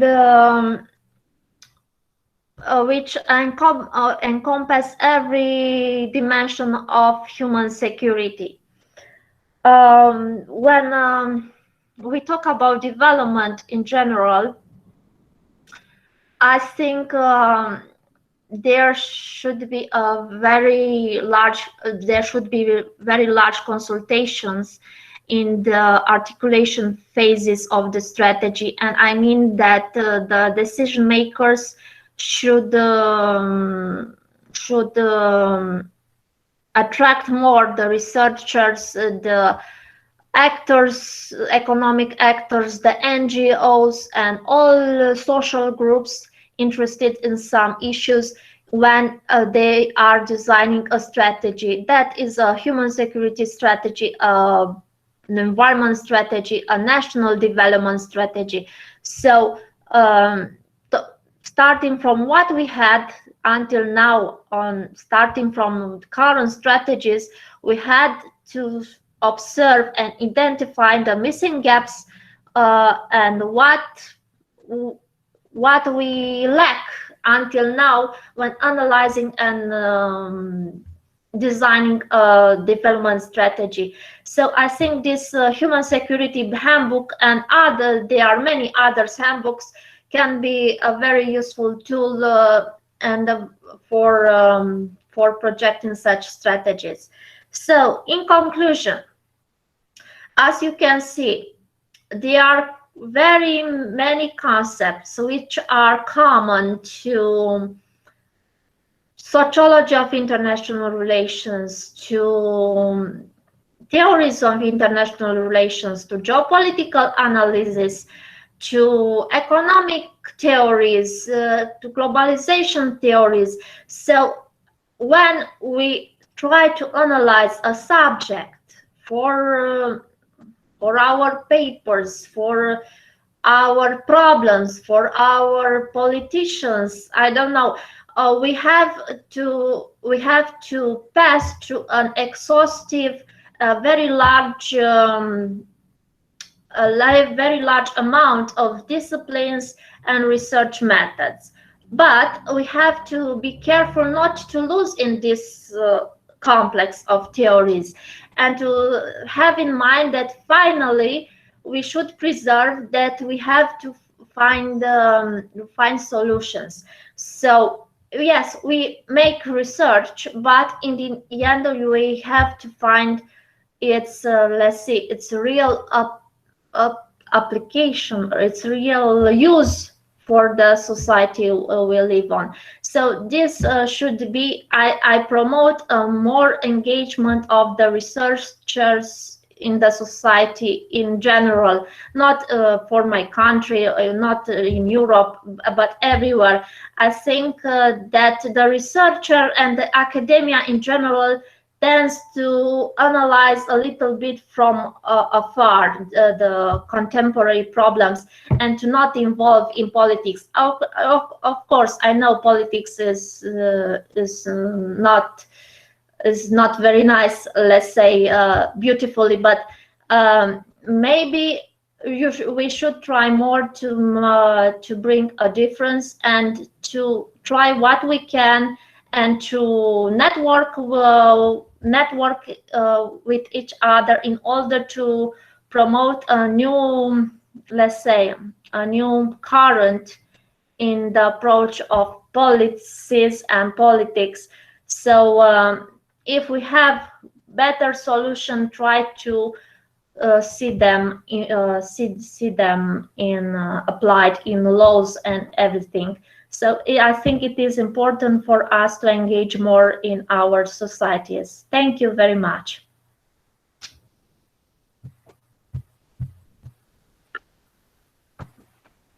Thank you, ma'am, for a thought-provoking presentation.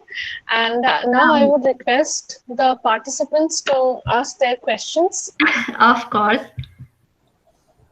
Well, I tried to just give some hints here, some concepts, some ideas in order the participants to study themselves, some direction and authors and so on. So we can say that it was a kind of introduction in sociology of international relations and other fields, let's say, but I always tried to connect disciplines. I try to apply international relations in public administration, for example, in my country, when I work on development strategies for towns, or so. I try to use what I learn in academia and in universities, what I teach, to use when I could in public administration, when I was consulted, of course. So I think it is important to reach a stage when you connect all the knowledge you have and try to apply to the common, to the daily problems you have in front of you. I think it's the ultimate goal of everything we learn. To find solutions and use all these theories and research methods to find solutions to concrete problems. Thank you. Good evening, ma'am. Yes. This is Rakesh Chaudhary from Kolkata. Yes. Ma'am, I just want to know what are the challenges that you have faced while doing the research in this particular field, because it is the sociology of the international relations.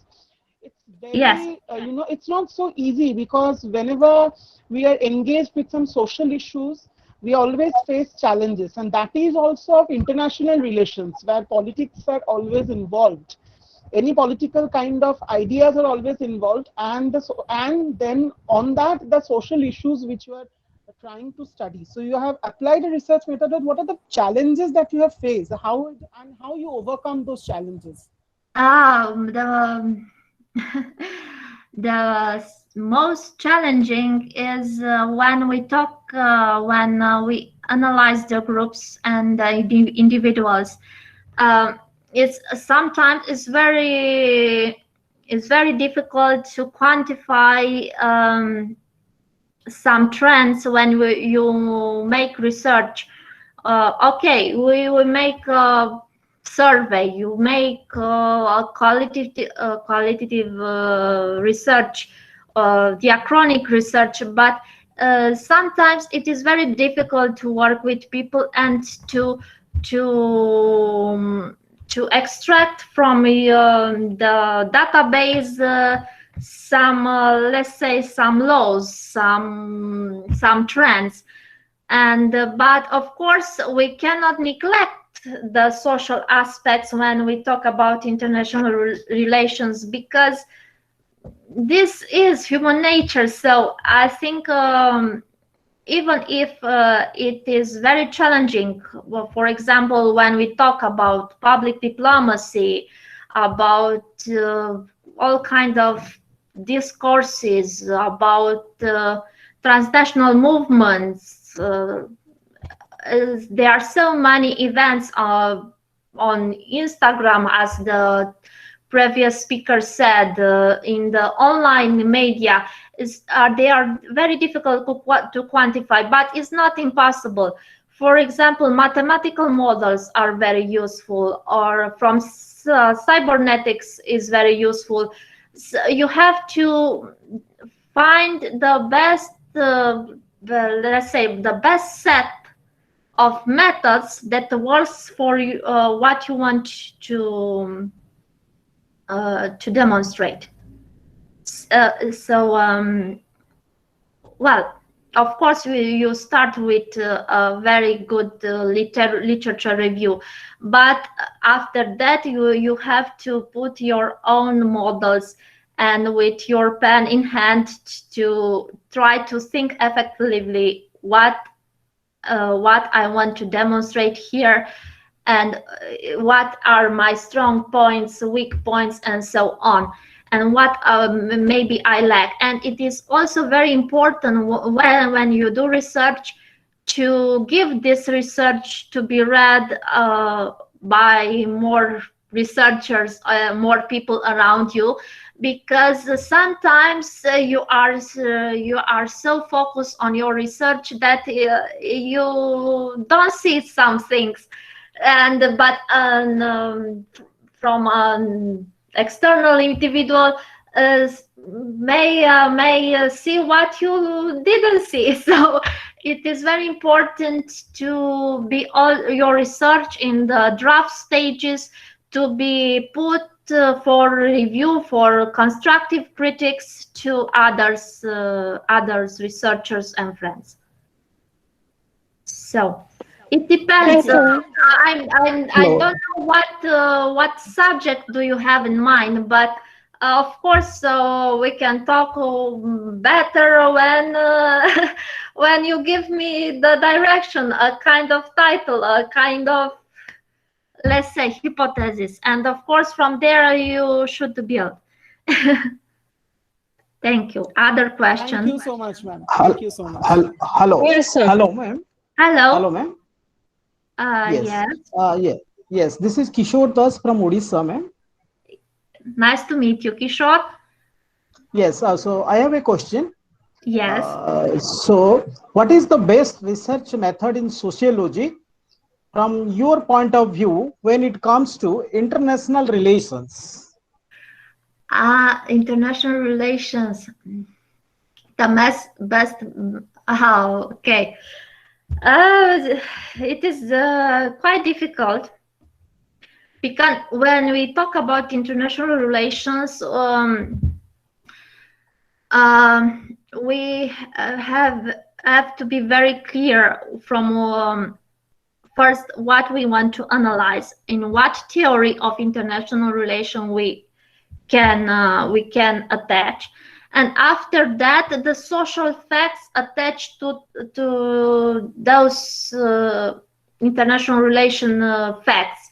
So well, when we talk about, for my example, about societal security, I use this method when I analyze Central Asia geopolitics.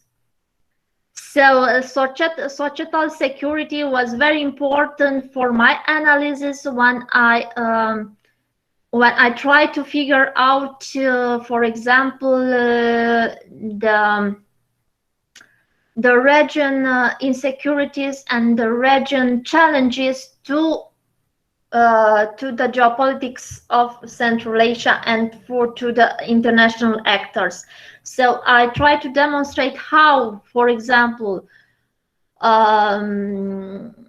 population, terrorist groups, human or women rights, and so on, influence the policies and foreign policies of Central Asian states, and of course their relation with major powers. So I think we should see the sociology of international relations in connection with theory of international relations and in connection with other fields, because you can bring from us solely one direction to describe completely what you want to describe. So the most important is yes, I made a lot of quantitative research on Central Asia, and of course I try to identify some let's say patterns of behaviors on social groups, for example. And yes, there were several different sociological methods I applied. Well, I can say that depends what you choose in international relations. If you choose a region, an event, a foreign policy, let's say, so it depends. So in order of this, you can choose or the empirical methods or the quantitative methods or the qualitative methods. So from this for me was more empirical and methods, and on some parts also qualitative methods, but it depends your research. Thank you. Thank you, ma'am, for the nice explanation. Okay, I try to give a real example. Thank you, ma'am. Do we have any more questions?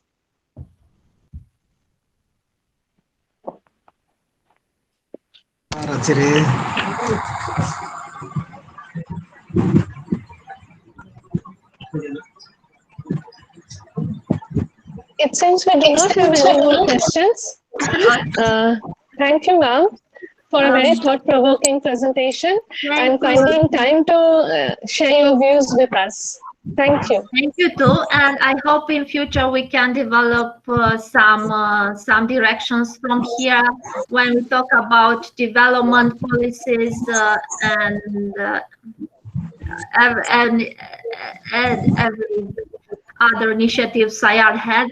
I think education and development are very important in nowadays world, and we should focus on these aspects when we project research and public policies for the people in the future. So I think the challenge for this century should be development for all. This is my opinion, like a conclusion. Yes, ma'am, we also look forward to some collaborative research. Yes, I'm open to projects. My email, I have several emails from I think with the help of SAIARD, I can give you my email. Really, ma'am, it's really wonderful presentation. Really, Thank you very much. We are getting lots of knowledge regarding the international relationship. Definitely, we'll hope next time this sort of presentation should be conducted by IR. Welcome to India, ma'am, in virtual mode. In this situation, it is was just the beginning. Thank you very much. Yeah, thank you. Ma'am, one thing I would like to know, when you are collecting the data or when you are doing the research in international mode, then what are the parameters you should consider when collecting the data of the sample size? Yeah, suppose you are finding the relationship between the two countries, not two countries. If you want to the cultural program of the European zone, so how could you collect the sample? In random sample you are going, or in cluster form you are going? Well, usually when I tried to analyze a subject in the field of international relations, I try to think about all the actors involved. And when I talk about comparative analysis between three countries, I try to analyze everything: political, economic, cultural. When I talk about a certain policy in the European Union, I try to cover all 27 member states. So I think it depends if you are doing let's say a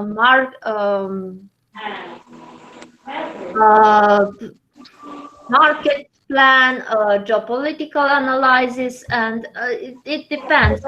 So for some research, it was more useful for me to focus on several common topics available for both countries, for three countries, and for other topics were more useful to the same topic in all the actors involved. So it depends what you want to analyze. Okay, ma'am. Thank you, ma'am. But we can discuss if you have a topic. Let's see what we can find. Sure. Thank you. What methods we can use. Okay. Thank you very much again for your invitation. Thank you, ma'am.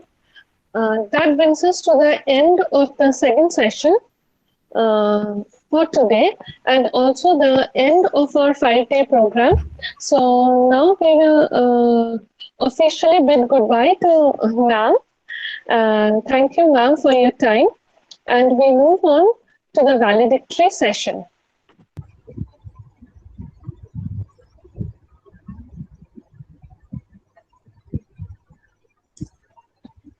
I welcome all the participants to this valedictory session, and I congratulate the participants on successful completion of this 5-day international FDP on research methodology.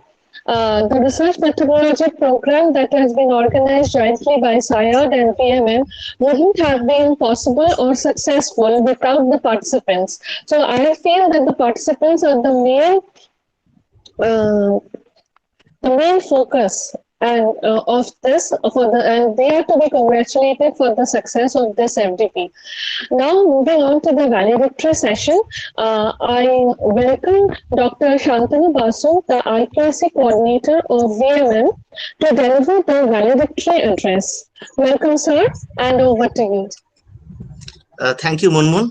I hope you can hear me down there. Yes, okay, you're audible. Okay, fine, thanks. So after the brainstorming sessions for the last 5 days and 10 sessions, we are now at the fag end of the seminar. We are kind of winding it up to a close. Surely it has been very enlightening. Whatever parts of the seminar I have heard, I have listened to, I found it very enlightening. At the same time, I understand that a 5-day seminar does leave a little exhausted also. So I am not going to tire your patience. I am not going to wear your patience thin. I am going to make this valedictory speech of mine short one, and hopefully sweet also. Firstly, in fact, what I will try to do is that I will try to point out some of the key takeaways for me from this 5-day seminar. And I will try to itemize some of the important issues that I think has come out from this 5-day seminar. For me, the first thing is that a seminar like this on research is a very topical one. Now, topical because a VMM, Vivekananda Mission Mahavidyalaya, is a undergraduate college, and there are a lot of young faculty out there. And with career advancement schemes and API scores being the norm of the day, I think any exposure to research, any exposure of how we can shore up our research prowess, or rather we can extend our research faculties, any workshop or seminar on that is a very welcome step. I don't know how many of young faculties have been a part of it. I'm not very sure about it. But I think those of our faculty who have been a part of it has surely been enriched by this. With publishing now becoming kind of de rigueur in research and in teaching also, I think exposure to these kind of seminars is a must, in fact. So I think this has been a very a boon to them, has come to them as a blessing for them. I just hope they had made good use of it. The second thing for me is that, as I noted in the inaugural speech of Dr. V.K. Malhotra, the chief guest, that though the research output from India is large, the quality is always not very good. In fact, he mentioned that in Scopus and other such digital archives, the research from India ranked very high, the number, the quality, as the quantity. But citation index and other such paraphernalia by which we can measure the quality of research, India research doesn't always do very well. In fact, he pointed out, and I'm not mistaken, that out of the patents, 70% of them come from outside India. Outside India means Indians who live outside. So that's quite a tragedy that 1.5 billion of us here just contribute 30% of the patents, while our diaspora, people living outside, our fellow countrymen who are making a living out there in outside, they are contributing more than 70%. So I think that makes it very clear that though the quantity of research from India is very good in numbers, but the quality is always not up to the mark. And UGC also, in the last few years, with their emphasis on plagiarism, with their emphasis on plagiarism, anti-plagiarism software or plagiarism detection software, has made it amply clear that there is a lot of problem with Indian research. I think this kind of the participants some of the research tools by which they can conduct quality research. I think research in India, the output, which is large, has also to be qualitatively of a very high standard. And I think seminars and workshops like this, with participation from all across the world, with resource persons from all across the world who bring to this seminar their own experience, will help the participants here to augment or enhance their own research capabilities. I think in this way, this seminar again has been a shot in arm, again has been a grand success. And I think participants who have been a part of it will surely take this as something which will help them in their research going forward. The third point that I want to make is that this is a collaborational journey that we have stitched. Vivekananda Mission Mahavidyalaya has stitched with SAIARD. Obviously, skill development is an important facet of a collaborational journey. By skill development, we normally mean employable skills. By skill development, we mainly mean vocational skills, skills that will help to earn, skills that will, in fact, help the those who are involved in it to earn money. But I think here what has happened is that the skill that you have been inculcated, or the skill that have been disseminated, is research and development skill. It is not maybe employable in the strict sense of the term, but research and development has also a large part to play. And I think this collaborational journey has also helped in skill development, but not of the employable variety maybe, but something which is based on research and development and skills associated with knowledge creation, knowledge dissemination, and information. So I think so. This is another. In fact, we have planned with SAIARD a long journey forward, and this I think is another of those turns in our journey. Skill development also of the research and development variety. I will take this occasion, though I know there is a formal vote of thanks waiting after this, but I will take this occasion to especially thank the two heads, the head of VMM, Dr. Manobendra Shahu, and the chairman SAIARD, Dr. Bishwa Roy Chaudhary, for putting this up, for stitching this collaboration journey, And I'll also thank others from our institution. I here see Dr. Shomusha and Dr. Munmunde for stitching this up, along with those at SAIARD for making this possible, for seeing to it that this seminar does happen, and also because I know that most of the resource persons have in fact you may say that SAIARD has been responsible for most for including most resource persons. It has been a privilege for us VMM to be a part of this SAIARD journey, and I thank once again Dr. Bishir Roy Chaudhary for having us with him and for helping us in this journey towards greater research and development. These are some of the few points that I want to make. I also take the occasion to celebrate the fact that this seminar has been a success. The success because as we know that this seminar is a kind of a seminar where it's not a free seminar in the sense that people have to pay for it. And in spite of the fact that the participation has been quite healthy, I noted in the inaugural session also, and also in this variety session, I just came a little before the variety session. I noted the participation has been healthy, and considering the fact that people had to kind of fork out money for this, so I really must take this occasion to celebrate the success of the seminar. Personally, just let me make one point. I would really have wished to be a part of this seminar. I have missed large chunks of it due to engagements, but I would want that this seminar, that the deliberations that happened for the last 5 days, if we can put this up in a YouTube channel, maybe our college has a YouTube channel. SAIARD also, in the SAIARD website, I also noted that they have video links and they have videos also.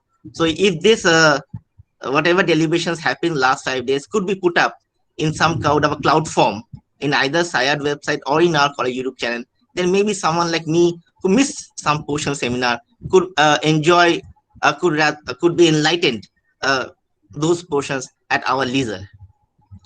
So I think these are some of the brief points that I wanted to make. I once again take this occasion to thank both SAIARD and VMM and all those who are associated with it, all those who have made this collaboration journey possible. And I think that this is only a small step.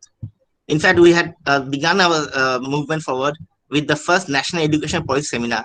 This is the second that we are doing, and we have further, we have far other things also in our, we have also other things planned. So I think this will just take us forward, and this is in fact the beginning of the journey. And there are a lot many things that we intend to do, a lot many seminars, and a lot many workshops, and a lot many collaboration journeys that we intend to take with SAIARD. This is just a small step. We intend to moving forward with SAIARD. We hope SAIARD will be with us. We understand that we could have done much more, because I remember in March 2020, representatives from SAIARD visited our college, but we haven't really been able to take it that forward, because as you know, the college has been in a shutdown mode for the last 1 year and 2 months, from March 15th, 2020, and this is May 14th, 2021. So the last 14 months, the college has been in shutdown mode. Had the college been open, maybe we would have been able to get this collaboration journey of ours far more in track. We haven't been able to. We had made some small progress, but there's a lot more to be done.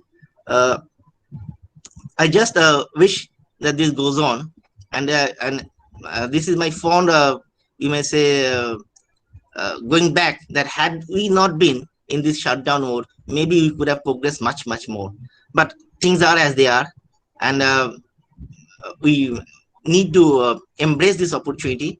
This seminar, I think, this workshop, this 5-day seminar goes a long way forward, and I just hope this journey continues. So that's some of the points that I wanted to make. I once again, it's a privilege for me to be a part of this variety session. It gives me great pleasure to address you. And some of the discussions that I heard, in whatever small chunks that I did manage to catch up, for example, inaugural speech of Dr. V.K. Malhotra, and before the variety session, I was listening to Irina Lonella Pop, all the way from outside India. It was very stimulating, and thank you again for having me here. With this, I end this short speech of mine. Thank you all once again. Thank you, sir. Now I request the participants, if any two of you would give your feedback regarding this FDP, and preferably we would have a male participant and a female participant. I request any two of you to come forth and share your experience with us.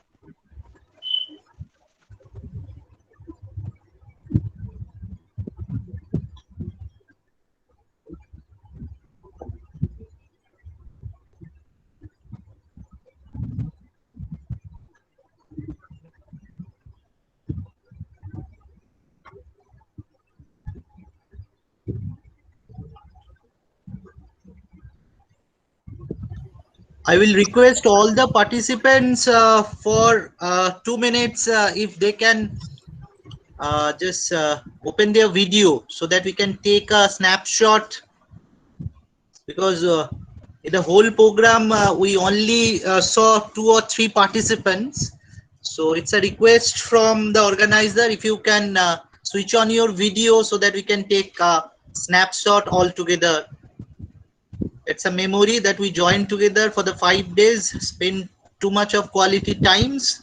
So thank you. So please, if you all participants can unmute, open their this.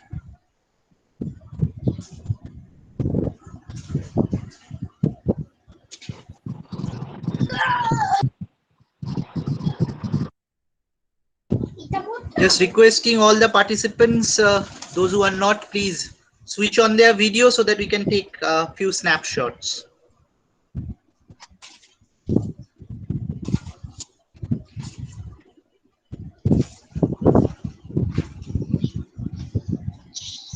Thank you all. Thank you, sir. And thank you to VMM and SAIARD for organizing such a beautiful seminar, a resourceful seminar. Sir, sorry to interrupt. We will come back once the program will be formally ended. We'll ask the participants to tell their feedback here only. So please bear with us.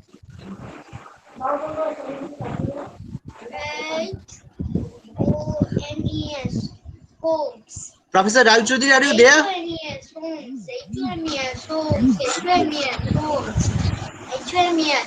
Yes. So, Madam is there to. No. So can you? I give the vote of thanks. Then Munun ma'am will give it. Okay. Okay.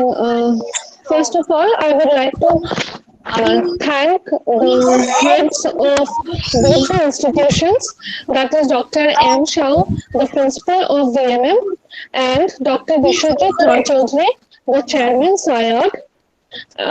Thank you for the constant support and for being the backbone of this FDP.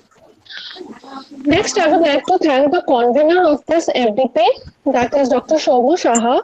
He has been very helpful throughout the sessions. He has also helped in the presentations, and also congratulations, sir, for a very resourceful presentation.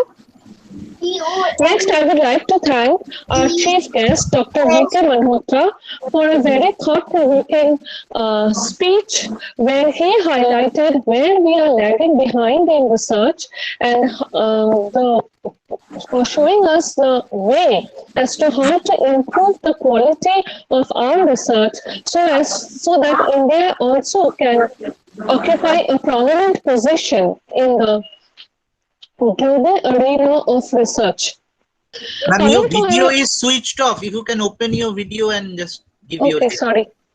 Next, I would like to thank all our eminent resource persons. Their presentations have been very resourceful and enriching. And I hope all the participants have enjoyed and they have benefited from this FDP, and they are also going to apply these whatever they have learned here in all their future endeavors. Now, coming to the eminent speakers that we had over the last 10 sessions, I would again put it on record our gratitude towards them for sharing their views and encouraging us in our journey of research methodology. First, Dr. A. Garg, who had shown us how to plan our research, followed by Dr. Rania Lampao, who showed us how we can improve our writing skills giving special emphasis on grammar, vocabulary, as well as formatting.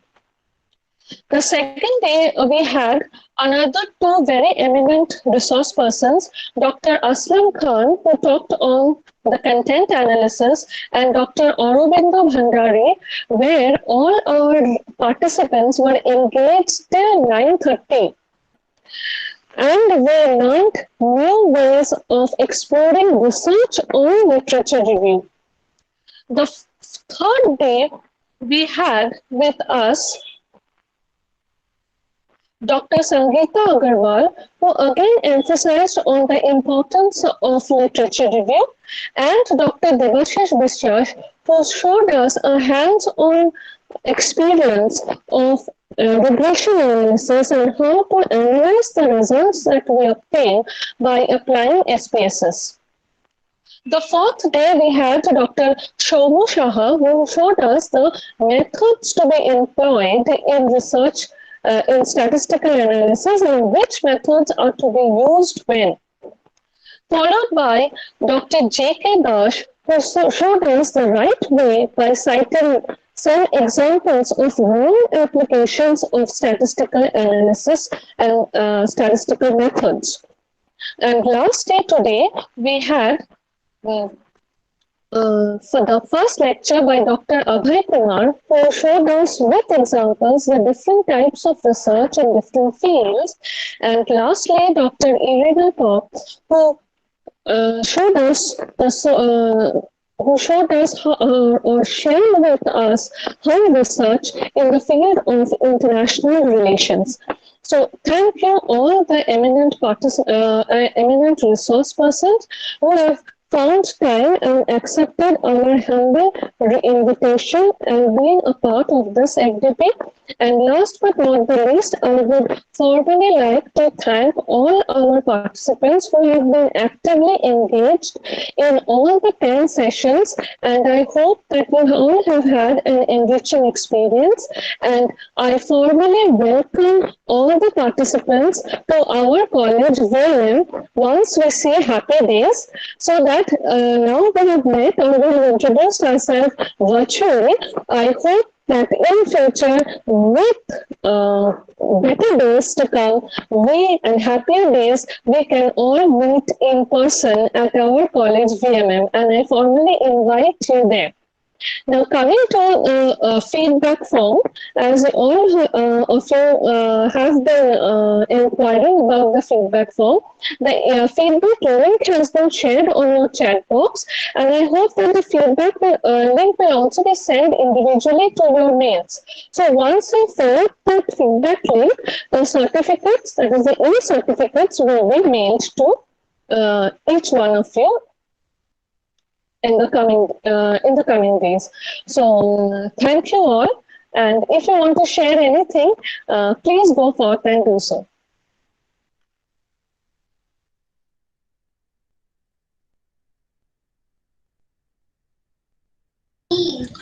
Now requesting the participants, if you want to say anything, any feedback about our 5 days faculty development program, so you can switch on your video, unmute yourself, and please share your takeaways or anything. What should we improve? Anything what comes in your mind. We are very open and we try to improve ourselves. So any expert opinion, if we receive from you, that's a good gesture from your part, so that we can improve ourselves. So anyone. Hello, sir. Yes, sir. Please. Hello, sir. Yes. This is Kishore Dada from Odisha. Actually, I am very much thankful to SAIARD for organizing such a wonderful 5-day long FDP, which was well organized. and brainstorming also. In fact, I enjoyed a lot, learned a lot. It was quite useful when it comes to writing the papers. At the end, I am full to sir and Munmun Dev madam for the success of this 5-day long activity. I would like to connect with the SAIARD in times to come. Thank you. Thank you, sir. Anyone else? Yes, good evening. Good evening, ma'am, and good evening, sir. I just had one suggestion to you, if you don't mind, please. That is, there were some few eminent speakers who said in their presentation that this 1 hour session is not enough. So I would request in the future, when you are organizing such seminars, then please arrange, at least give the speakers the topics. For example, to me, the Professor Devashish Bishwas sir, when he was giving the presentation, I felt that 1 hour was not really, it was not the time. I think he should, you should have given 2 to 3 hours. So if possible, if anything is possible in the future, that eminent speakers get only one session in 1 day, in this 5-day long or 6-day long, then I think it will be helpful for the audience. As a participant, I felt so I frankly speak out. I'm very sorry if you mind, but this came to me. আমার মনে হলো এটা একটু বলা দরকার, তাই জন্য আমি No, we are always open to such criticism. Actually, we can do better with criticism. So we are always open to such healthy criticism. Yeah, we take this definitely in the next seminar or next FDP, if we organize, definitely we'll look into this issue. But I would like to make one thing clear, that when I think Dr. Aurobindo Bhandari had presented beyond 1 hour, that was till 9:30, we the organizer had been with him and we had not tried to stop him. So if any of the resource persons would have gone beyond time, we were like very sportingly, we would have accepted it, like we have done for Dr. Aurobindo Bhandari. Yes, that's true.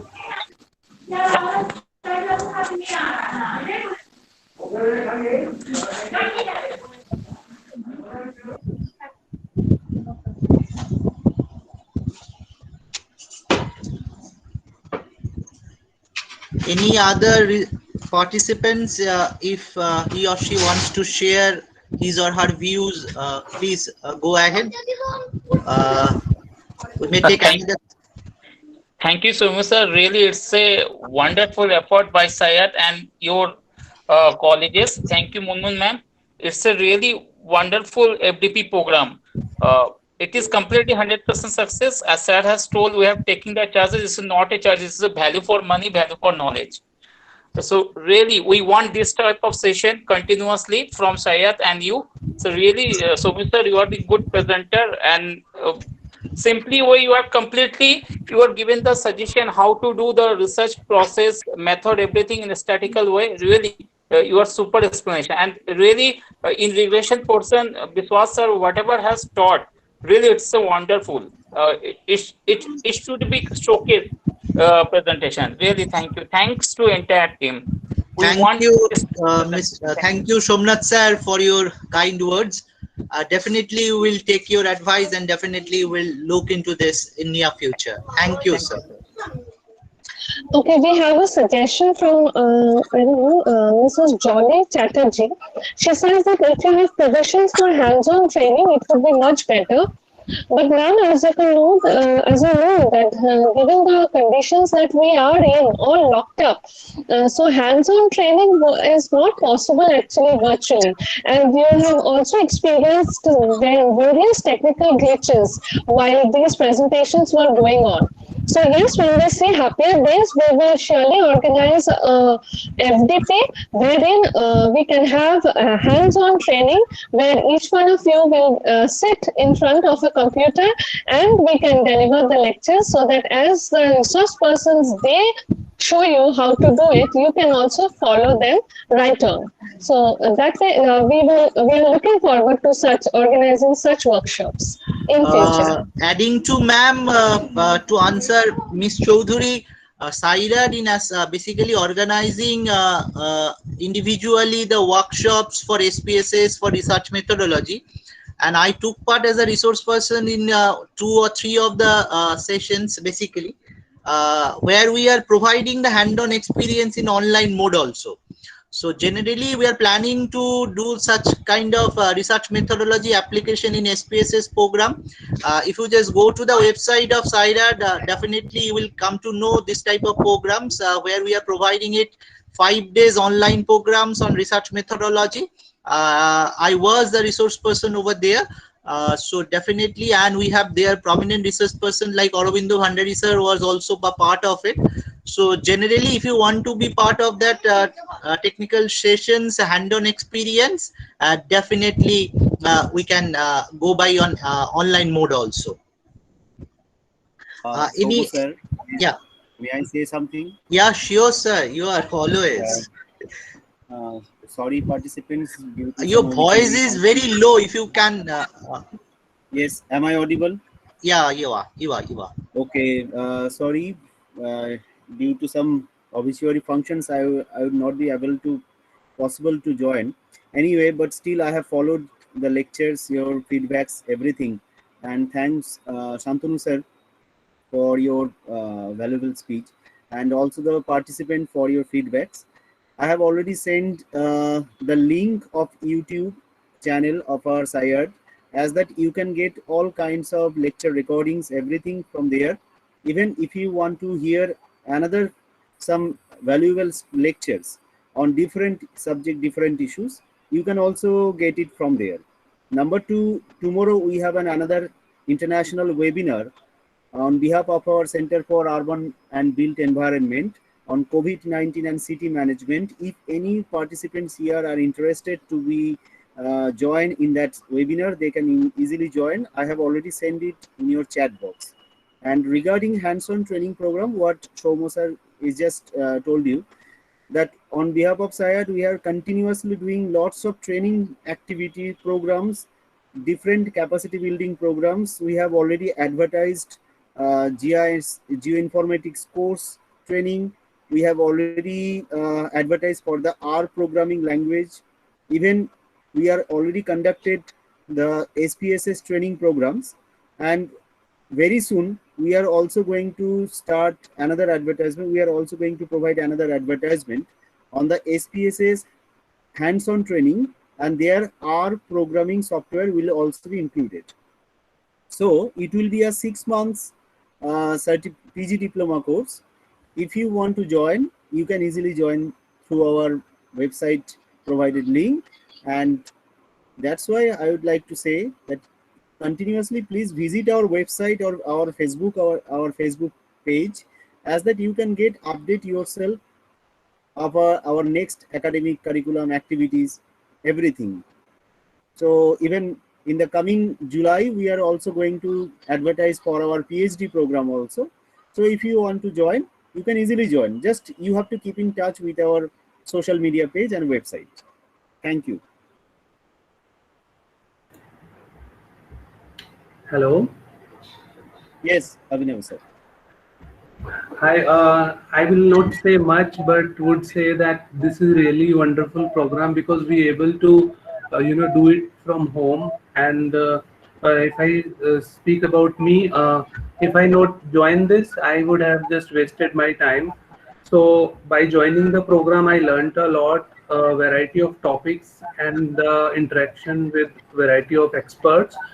So this is really a wonderful program, and I really thank Vishwajit Ji for his approach, the way you are, conducting the programs and collaborating with variety of institutions and the speakers. So all the good wishes, sir, and please continue to doing such type of programs, and if possible, try to do the part 2 of this program if it is possible. Thank you so much, Okay, and good luck. okay, we will keep in mind, and definitely, hopefully, Shomo sir is here. Shomo sir, are you here? Yes, I am, sir. Yes, I am. Okay, so sir, we should note the point that we can organize a part 2 of this research methodology workshop after Sure. 1 month like that. Okay. Yeah. Sure, sir. Sure, sir. And many congratulations, Somaya and Madam also, and all the institutions. Sorry, I forgot to mention you. Thank you, Mr. Walia. Thank you. Thank you, ma'am. Thank you, sir. Thank you.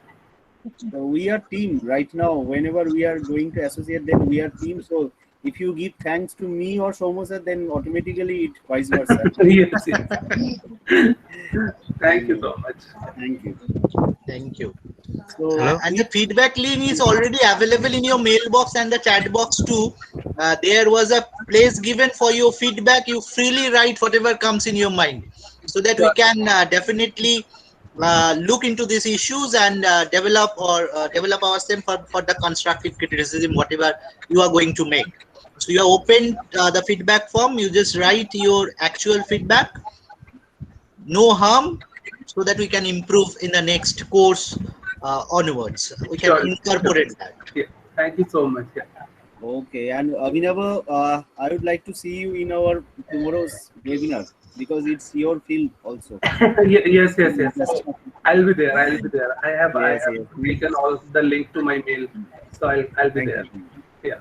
Thank you. Any other participant who wants to comment? Hello. Hello. Yeah, please. Yeah. So actually, myself Shubhankar Naha from Kolkata, and I want to give thanks to first of all Vishwajit sir from SAIARD and Shomo sir, Munmun ma'am obviously for arranging such a wonderful, this lecture series and workshop, and actually gifting us such a resourceful actually workshop. So I definitely want to join in future courses as well, and thanking you for that. Thank you so much. Thank you, Mr. Naha, for your kind Thank word. you. And also, I would like to request one more thing that if you please share your opinion, your feedbacks in your social media platforms on behalf of both the institution, as that other participants or other professors or candidates can be able to know, as that they can be also in future, they can be also part of that program. Thank you. Okay, sure, sir. Thank you. Anyone left, or else we will. It's 8:14 here about. So another 1 minute we can provide to participants if they wants to talk. Unless we're going to formally end this 5-day long FDP program.